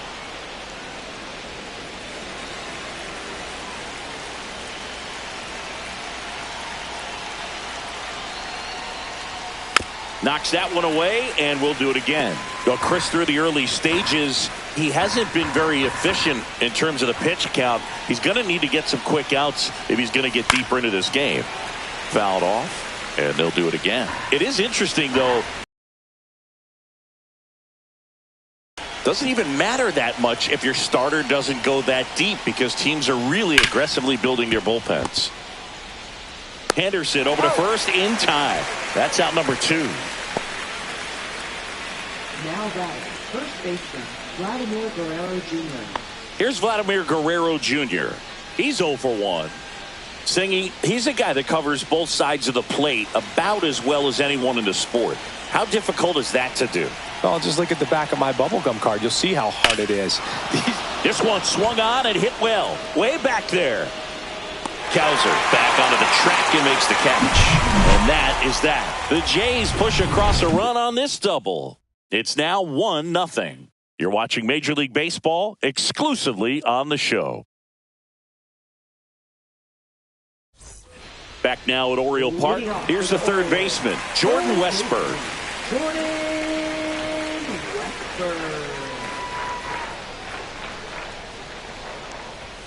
Outside corner for a strike. Man, I mean, nice job just presenting it to be better than it actually was. Turned on, but that's foul down the third baseline.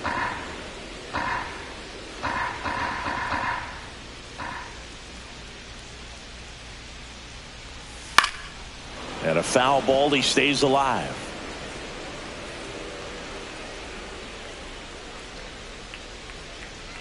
Here's the 0-2. Ground ball to the right side. Jimenez gets it to first. Leadoff man retired here in the third. Batting ninth, second baseman, Jackson Holliday. And the batter now, Jackson Holliday.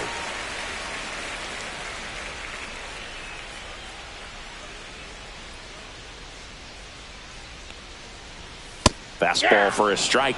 That's excellent location on a 0-1. fastball right there early in this game. If he can do that all game, it should be a good outing for him.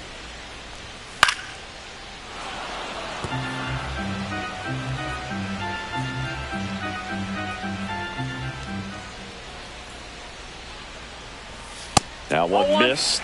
His understanding of the strike zone, very impressive. That was a very close 0-2 fastball. I just don't know how you take that.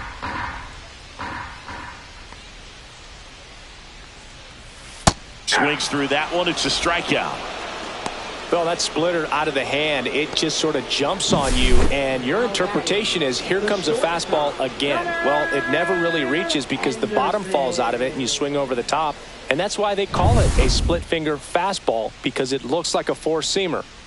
Gunnar Henderson at the plate. How did so many teams pass on this guy in the draft? Well, you know the teams were interested, but just went in different directions. Phillies had Bryson Stott graded better, and the Yankees went with Volpe when they had the chance to draft Gunnar. Lots of good players in that draft class, and so good to see them panning out. On the ground to third, Clement fires to first on the run. What a play. Inning over. Orioles held in check there. They still trail 1-0.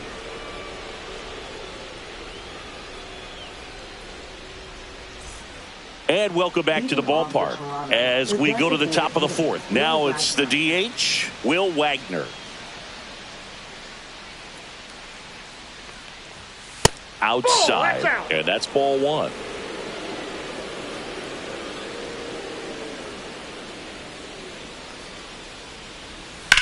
And there's a fly ball deep right field. Back there. Gone into the flag court. He nails one out to right, and they boost their lead. It's 2-0.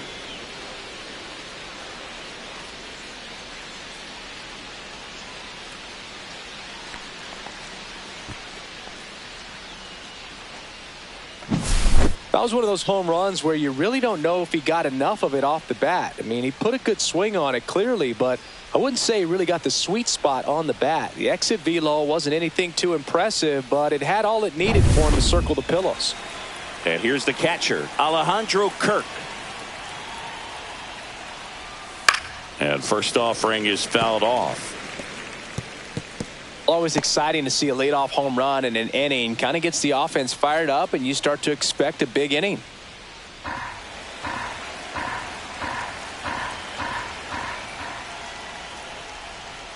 Check swing, no appeal.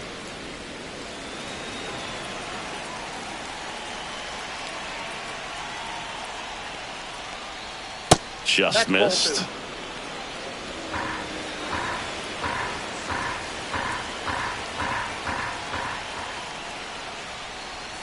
Next pitch is downstairs. A rare 3-ball count here. He's been throwing strikes all day. Got to be ready to hit if you're in the box.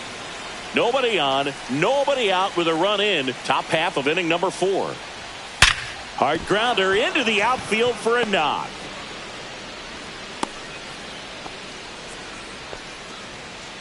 Now batting, second baseman, Andres Jimenez. So a man aboard, and now Andres Jimenez. Double play ball to second. There's one. That's an out. Not in time at first. It's a fielder's choice. That's what a good sinker's designed to do. Get a guy to roll over a little bit, hit the ball on the ground, kill some worms while you're at it.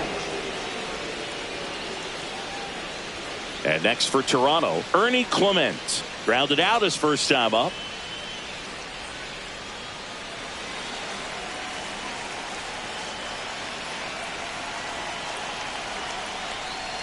And that one's a little bit low. 1-0. Eflin a move to first, and he's back in there.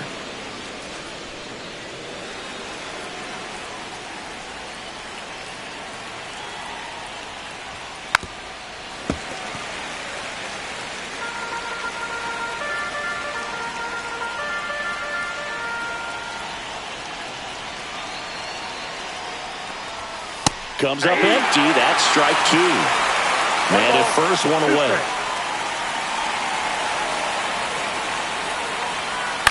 On the ground right side. 4, 6, 3. It's a double play. And that'll do it for the inning.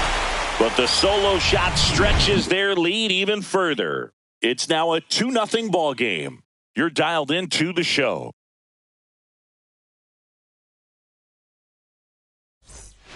And we're back. John Chambi and Chris Singleton with you. And leading off the bottom of the fourth, Adley Rutschman.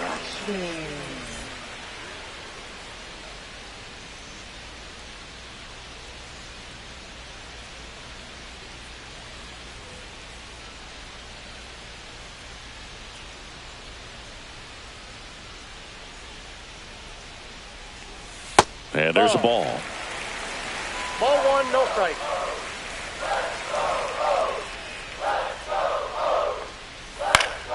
And that is out of play.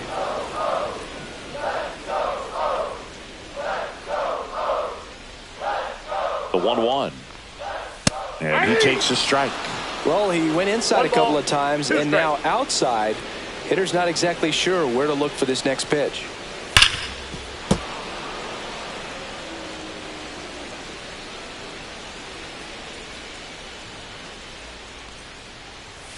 Gets a piece there. We'll do it again.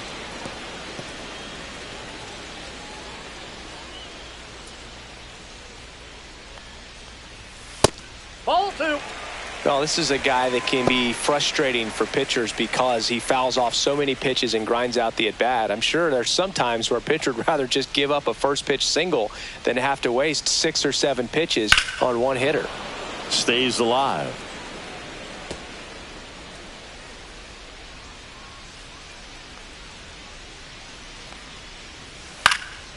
Swing and a ball lifted left field. Santander pulls it down. 1 up, 1 down. Now batting. Ryan O'Hearn comes up to hit. Walked his first time.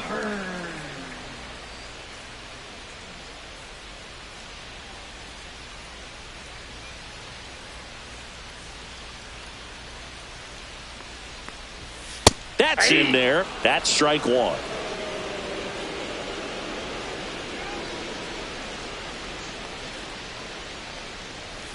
Sliced hard, but foul down the left side.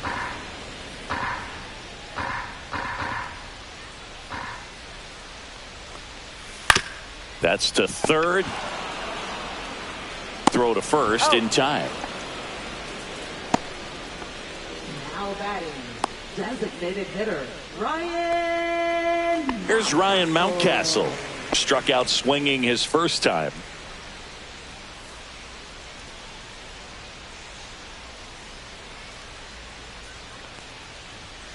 And there's a foul ball. The Orioles yet to pick up a hit here. There's a strike. Oh, I think the key, if he can get through one more inning, anything after that, a hitter or two is bonus, but they should be lined up good enough to get to the finish line. That's to third. Clement zips it to first, and he has thrown 4 shutout innings. 1, 2, 3 go the Orioles. They're still down. It's 2-0.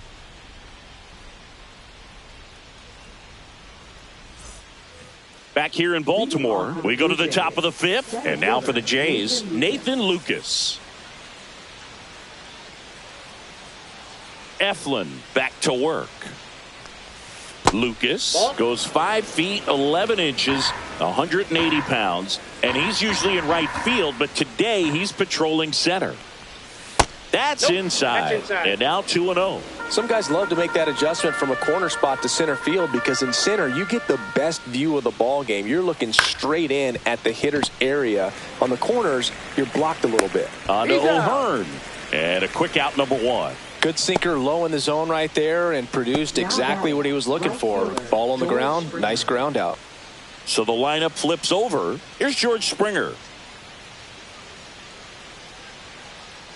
Well, on the mound, very efficient, able to produce an outcome, it seems like, within the 3rd or 4th pitch of just about every at-bat. On the ground to first, and he handles it himself for the out. Now batting, Shortstop, Bo Bichette. 2 outs, base is empty. Bo Bichette next up for the Blue Jays.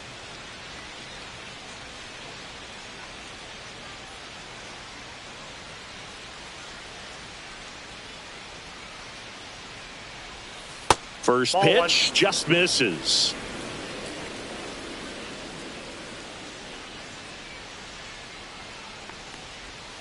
Foul ball.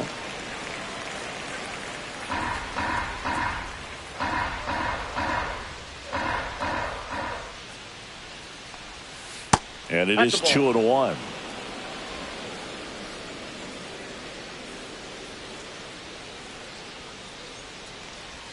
Way out front for strike 2.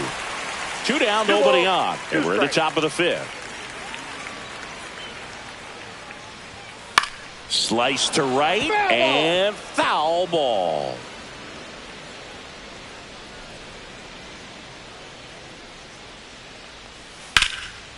And a base hit into right. And that's going to kick into the corner. And that keeps the inning alive. That play looks routine defensively, but with all of the little nooks, it can get real tricky down in the corner. Kept it to a long single. Nice defensive play. And the batter now, Anthony Santander. 1 for 2. Swing and a miss as he was late that time. 0-1's the count.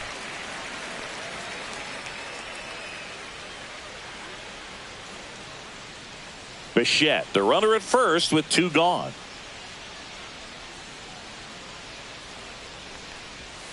Next pitch is outside. Activity in the bullpen for Baltimore. Yennier Cano is up and throwing for Brandon Hyde. Dominguez getting cranked up as well.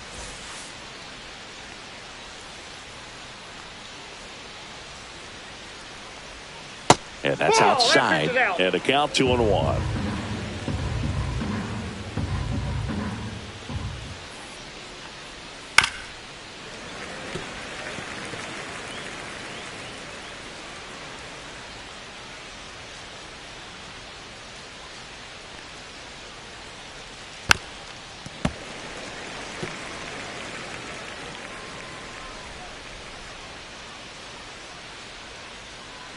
Two outs. Hard hit right side. He takes it himself to the bag, and that'll do it. Blue Jays held in check as they're unable to add to their 2-0 lead.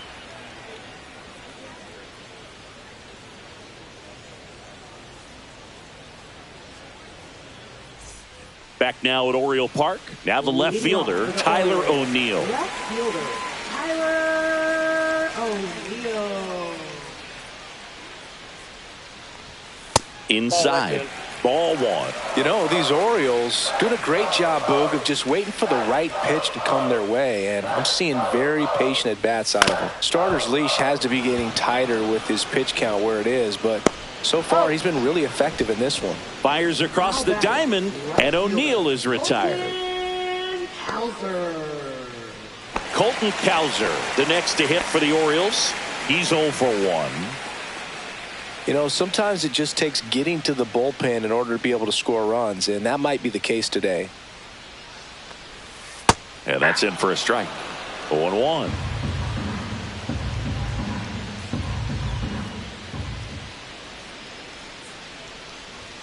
Yeah, big swing and a miss. No balls, 2 strikes.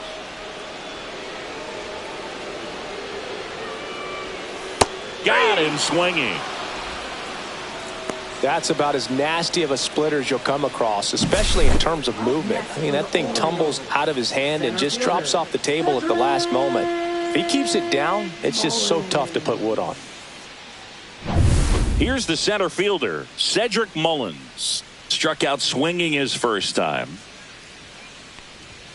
And that's in there at the knees.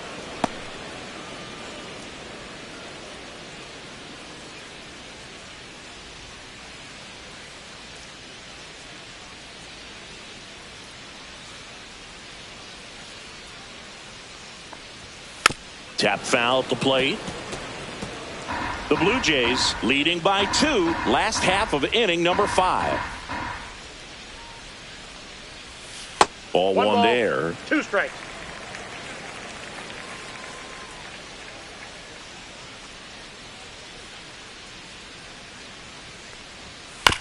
Chopper to second. Tosses to first. And they get Mullins for the out. And it's a 1-2-3 inning. Nothing doing this time around for the O's. And they're down 2-0.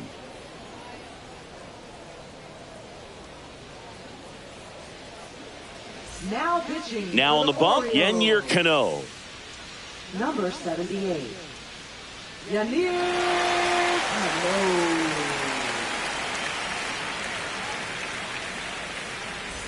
And here's the first baseman, Vladimir Guerrero Jr.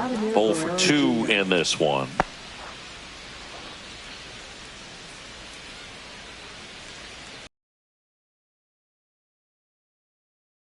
And that's in there for a strike. Little slider that finds the mark. Well, these Blue Jays putting together some really good at-bats in this game. There's been a lot to like with how they're approaching their chances at the plate. They really made that opposing starter work in this one. Ran his pitch count up, and now they've got an opportunity to continue making things difficult on the bullpen.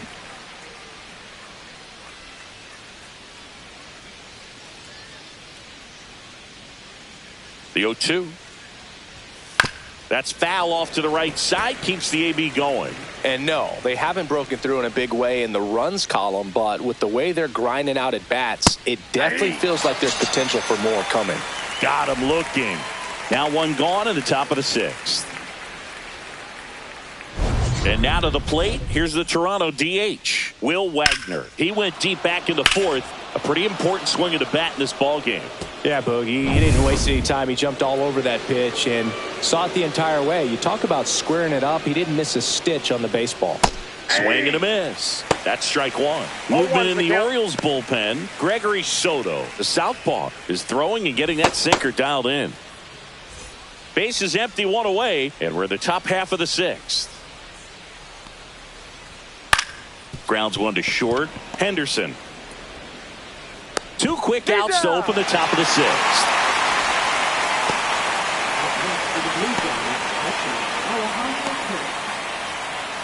Two down, base is empty. Alejandro Kirk, the next to hit. This guy, one of the best defensive catchers going. You talk about framing, the ability to block, catch, and throw. He is at the top of the game. And a first pitch fastball is in for a strike. Really good athlete, and many times we talk about the feet of infielders. This catcher as well, really quick feet. He's able to recognize the pitch, see the trajectory, and get into a spot where he can block those balls and keep them from going to the backstop. And foul ball. Really impressive with the way he frames, the way that he sets it up, because sometimes those pitches are off the plate, but because he sets up and presents it so well, he steals strikes for his pitcher. Rutschman fires over to first, and the Blue Jays go down 1-2-3. Offense held in check there. 8-9-1 scheduled in the bottom of the 6th.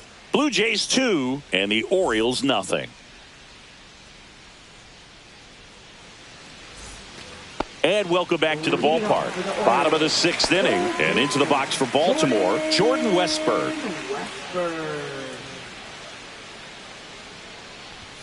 First offering misses badly for ball 1.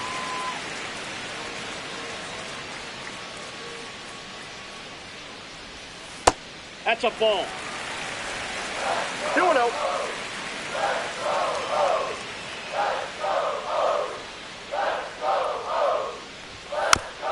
This ball's chopped on the ground, but it kicks foul.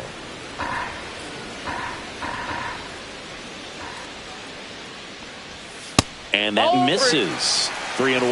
Now in this 3-ball count, down in the ball game, you've got to be very selective. Take your walk if they'll give it to you. Next offering is in for a strike. Just a really nice slider down and in there. He wants to get the hitter thinking fastball, speed him up, and just subtract some velocity and add a little movement. In danger of losing the no-hitter here. And a swing and a miss. Down on strikes. So he picks up his 6th strikeout of the ball game. Came inside with that 2-strike fastball nicely and just bunched him up on the inside part of the plate. Couldn't get around on it and catch it out front. Many times if you do, it's a foul ball. And a lot of pitchers, they really don't like working inside with 2 strikes because they do not want to hit that batter. And when they've got him up against the ropes, got to figure out a way to put him away. Did a nice job right there. Holiday now in the box. 0-1. Comes up empty with a swing there. The Orioles hitless so far in the game. That one catches the zone, and the count is 0-2. Looked pretty good as far as being in the strike zone, but I'm sure as a hitter, not too good with where it was located. Very top of the strike zone, middle away.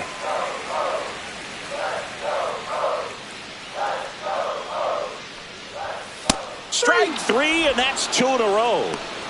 No messing around with the pitch calling in that sequence right there.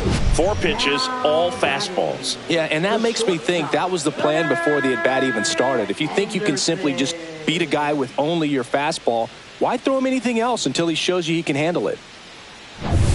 So back to the top of the Orioles lineup. Gunnar Henderson, the next to hit for the Orioles. On the ground, and that's through. Their first hit of the ball game, and that keeps the inning going. And just like that, the no-hitter is over. I really like that swing, man. He didn't just push it the other way through the infield. He drove it that way, and it kind of makes me think he was thinking opposite field as he stepped into the box. Got a pitch he liked, and he got it done. And now a chance to maybe get creative on offense with good speed on first. Now the number 2 hitter, Adley Rutschman. If it were an average catcher behind the plate, I'd say take second base, but this isn't a catcher you want to run on. His quick release is unreal.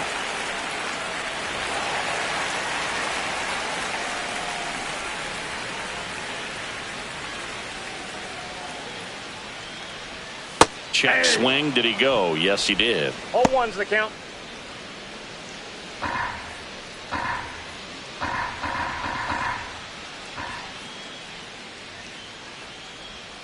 And that's outside. Well, he's really working him away this at bat. Sometimes take a little bit off velocity. Try to get a rollover, something on the ground. Stay away from that big hole on the right side of the infield.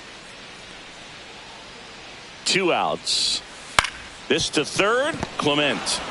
They get the force, and that is that. 1 left for the Orioles. They trail things here 2-0.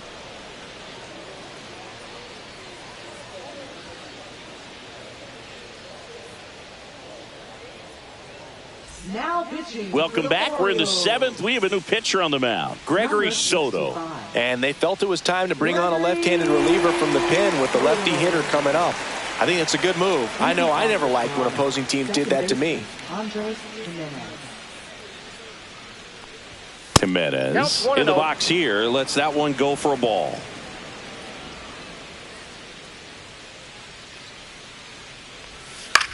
In the air, left field, O'Neill. And there's 1 down.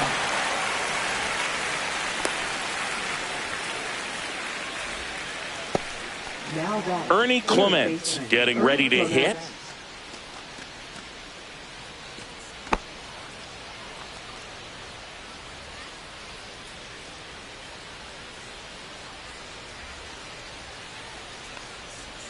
Splits the plate, and that is strike 1.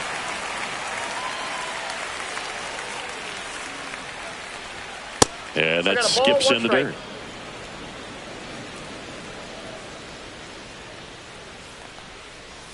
Breaking ball inside, and it's 2-1.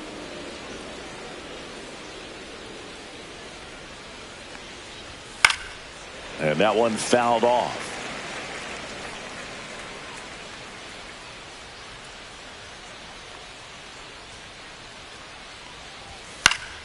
And it remains 2-2.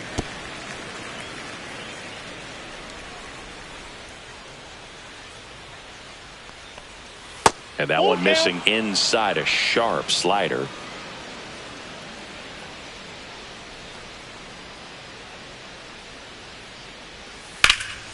Swing and a high fly ball right field. Hauls it in for the out.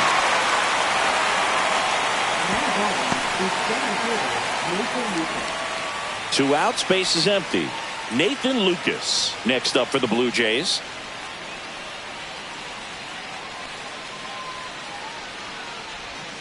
Not even close there. And that's ball 1.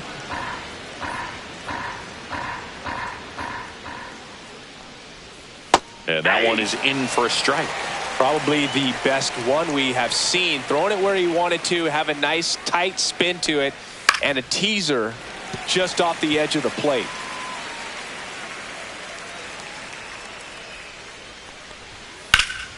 Ripped to third, but handled, and that'll end the inning. Nothing doing here this half. Midway in inning number 7, and it's time to stretch.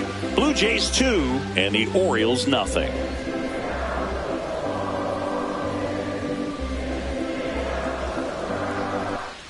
And we're back, set for the last half of the 7th. And now the first baseman, Ryan O'Hearn. Hitting is all about anticipation, and right now this lineup is struggling with it. Their swings are mistimed, and it's produced a few ugly cuts here and there. And the first offering a fastball for a strike. Toronto's bullpen with some action. Jimmy Garcia up and loosening in the pen. Green warming up as well.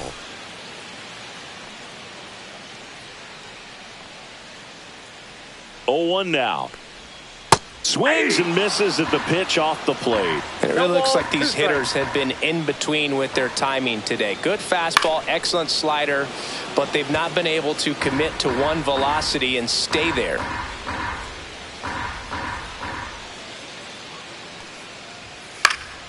Foul ball. It stays 0-2.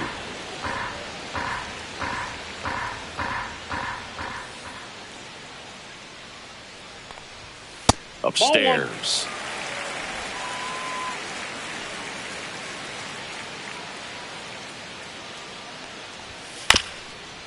Swing and a ground ball up the middle. Whips it to first. And the leadoff hitter set down to open the 7th. That play won't be trending on social media later on, but it's still important to execute it to perfection. This game is a lot harder than it looks, partner.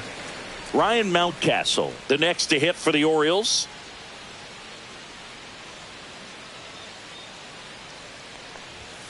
And that one pulled foul.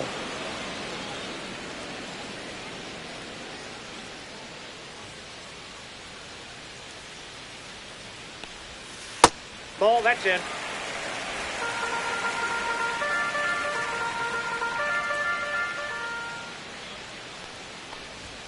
And that's off the outside edge. Ball 2.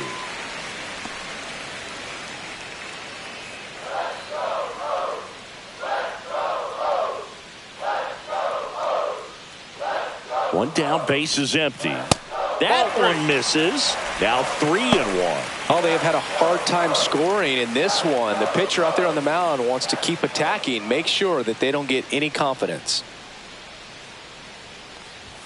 And that's in there at the knees. Counts full.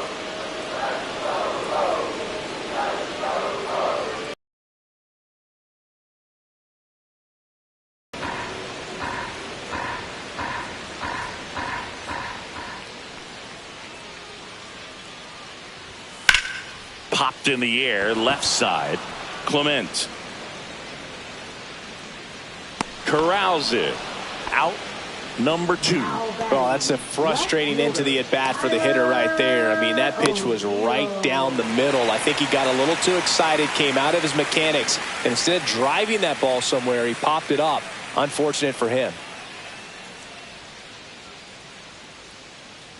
O'Neill in the box with 2 gone, and takes a look at a called strike. Coming up on pitch number 100, probably nearing the end of his outing here, Boog.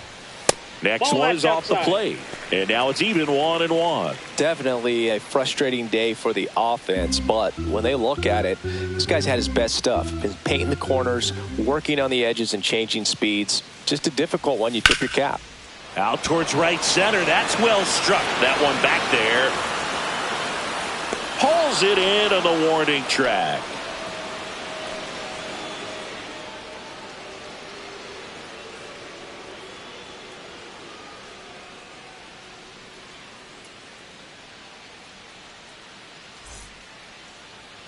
Now pitching. Chris Sir Anthony Dominguez has checked into the game. 56. Sir Anthony Dominguez.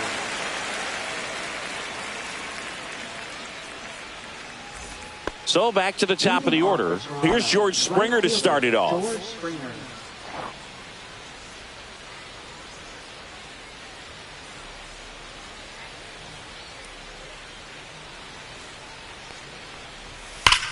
Hard on the ground to first. O'Hearn steps on the bag. Leadoff man is out here in the 8th. Really nice job to get your first out of the ball game. So up next for Toronto, Bo Bichette. Dominguez goes 6'1", 225 pounds, and he was born in the Dominican Republic. Late on that fastball. That was straight queso right there. Base is empty, one away, and we're in the top of the 8th. That catches the corner.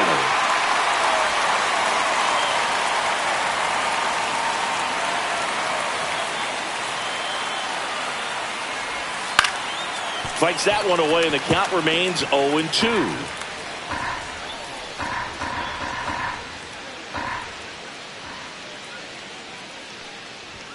And that's down and away. 1 ball, 2 strikes, the count.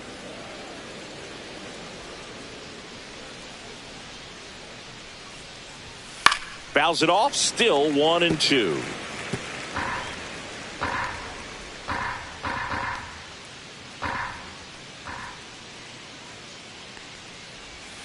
Swing and a miss, struck him out. And now 2 gone. Well, that's always the key to effective pitching, is getting ahead in the count. And as a pitcher, it really allows you to start expanding the zone. Hitters become defensive, and all of a sudden that plate starts to get really wide. And what happens is, because of the pressure, you end up committing to a pitch as a batter before you recognize what it is, and that's what leads to the strikeout.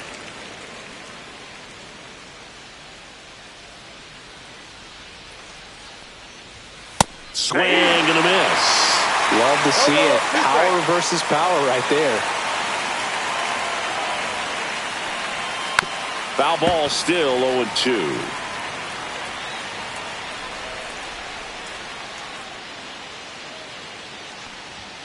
Swing and a miss. And he's down on strikes. And it's a 3-up, 3-down inning. Blue Jays go down in order, but they hold the 2-0 lead.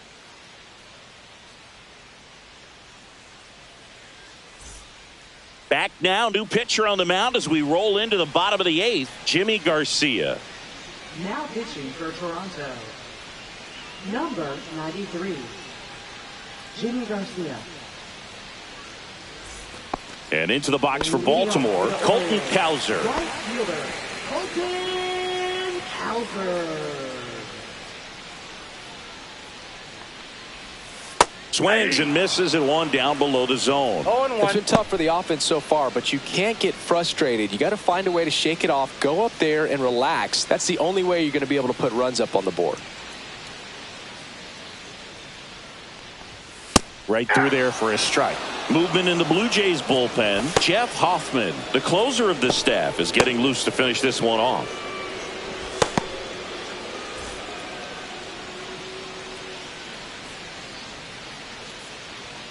And the 0-2. Swing and a miss, struck him out. Well, take a look at the 3-pitch sequence here. Pretty simple in terms of putting them away at the plate. Once you're ahead 0-2 as a pitcher, you can really expand the zone and see how aggressive that hitter is going to be trying to protect and battle. And right there, clearly he was in swing mode, but all you can do is hope to foul that off. Cedric Mullins, the next to hit for the Orioles. And that is in for a strike. And it's 0-1. The count.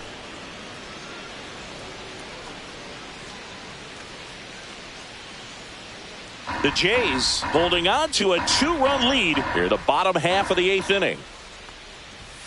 Swing and a miss. Looked off balance that time. Good late sink on that fastball. Out of the hand, looks so good. And then by the time it gets in the hitting zone, hard to get the barrel to it.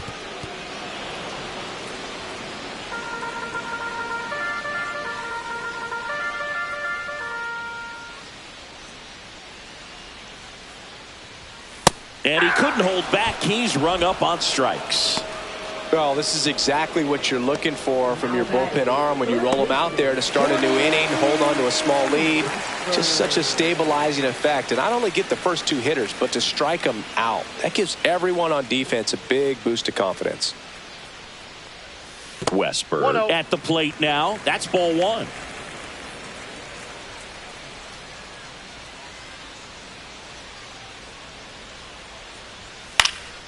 Now a high fly ball out to left center. Lucas sizes this one up. He's got it. And that is out number 3.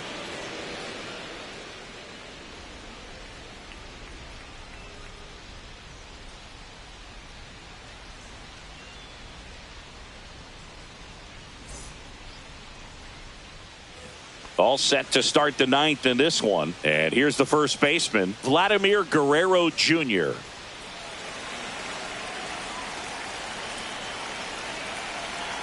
Dominguez back to work. That one finds the zone. Strike one. Some hitters are just more confident they can track that first pitch out of the hand of the pitcher. They don't care if they fall behind 0-1.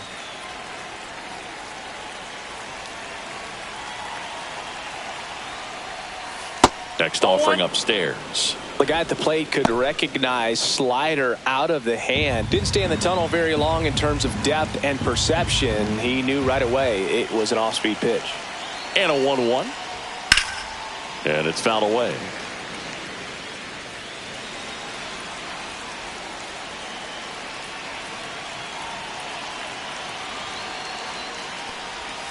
Fans another, and that's 3 straight strikeouts.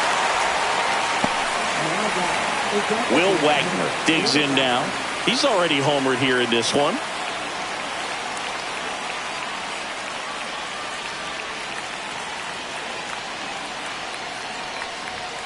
And immediately pumps in a strike to the left-handed hitter.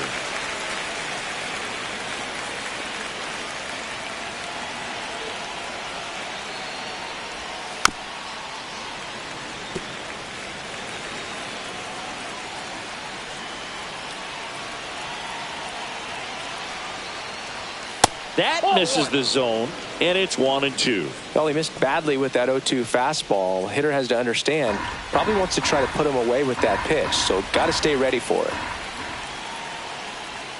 Make it 4 strikeouts in a row, just cruising along. 2 down, bases empty. Alejandro Kirk next up for the Blue Jays. 1 for 3.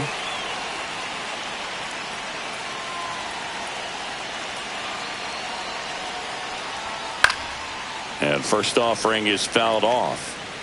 2 down, nobody on. Here at the top of the 9th. Next offering misses, and it's a ball and a strike.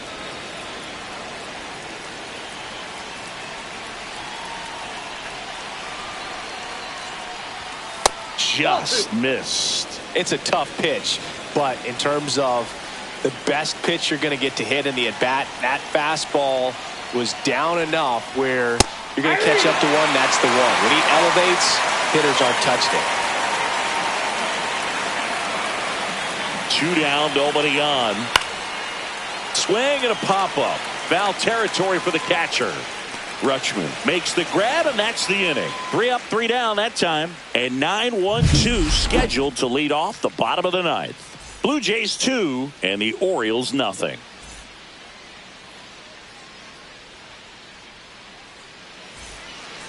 Here comes the closer here in the 9th, Jeff Hoffman. Well, he's the guy they hope to turn to out of the pen to lock down wins. So this game has gone to plan, more or less. Let's see if he can wrap it up here. Jackson Holliday now at the plate. Who's 0 for 2 with a pair of strikeouts.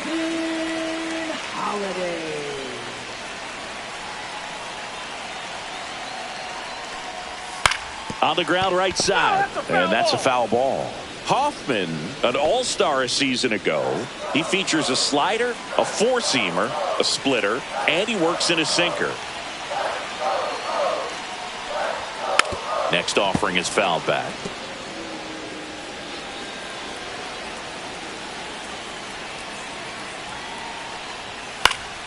Fights it off, he'll see another.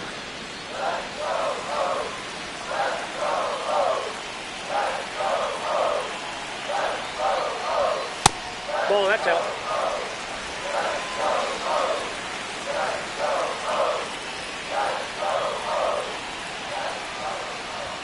Good eye in that spot.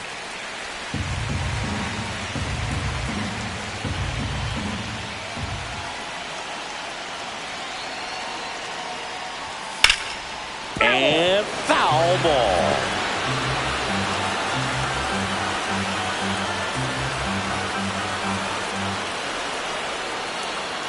2 down. Gets a piece and stays alive.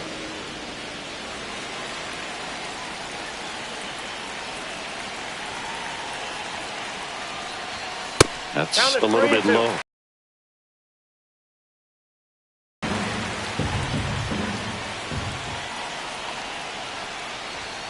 And he chases that one. He battled for a long time, but it finishes with a strikeout.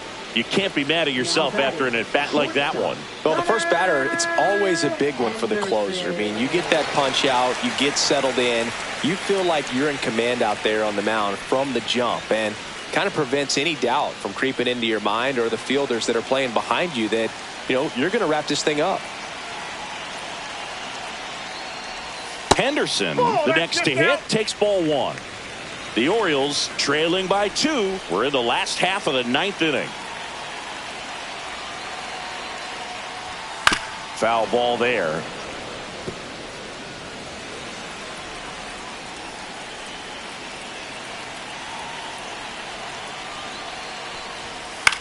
That one lifted to left. Santander in pursuit. Puts it away for the out. And there are 2 down. Up next for the Orioles. So they're down to their final out. Adley Rutschman will hit next. 0 for 3 in this one.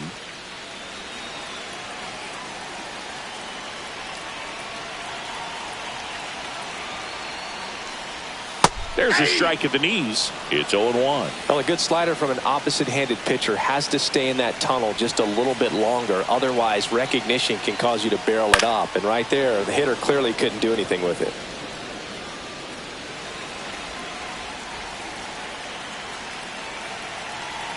This could end it. Hit to second, and this should do it. Throw to first.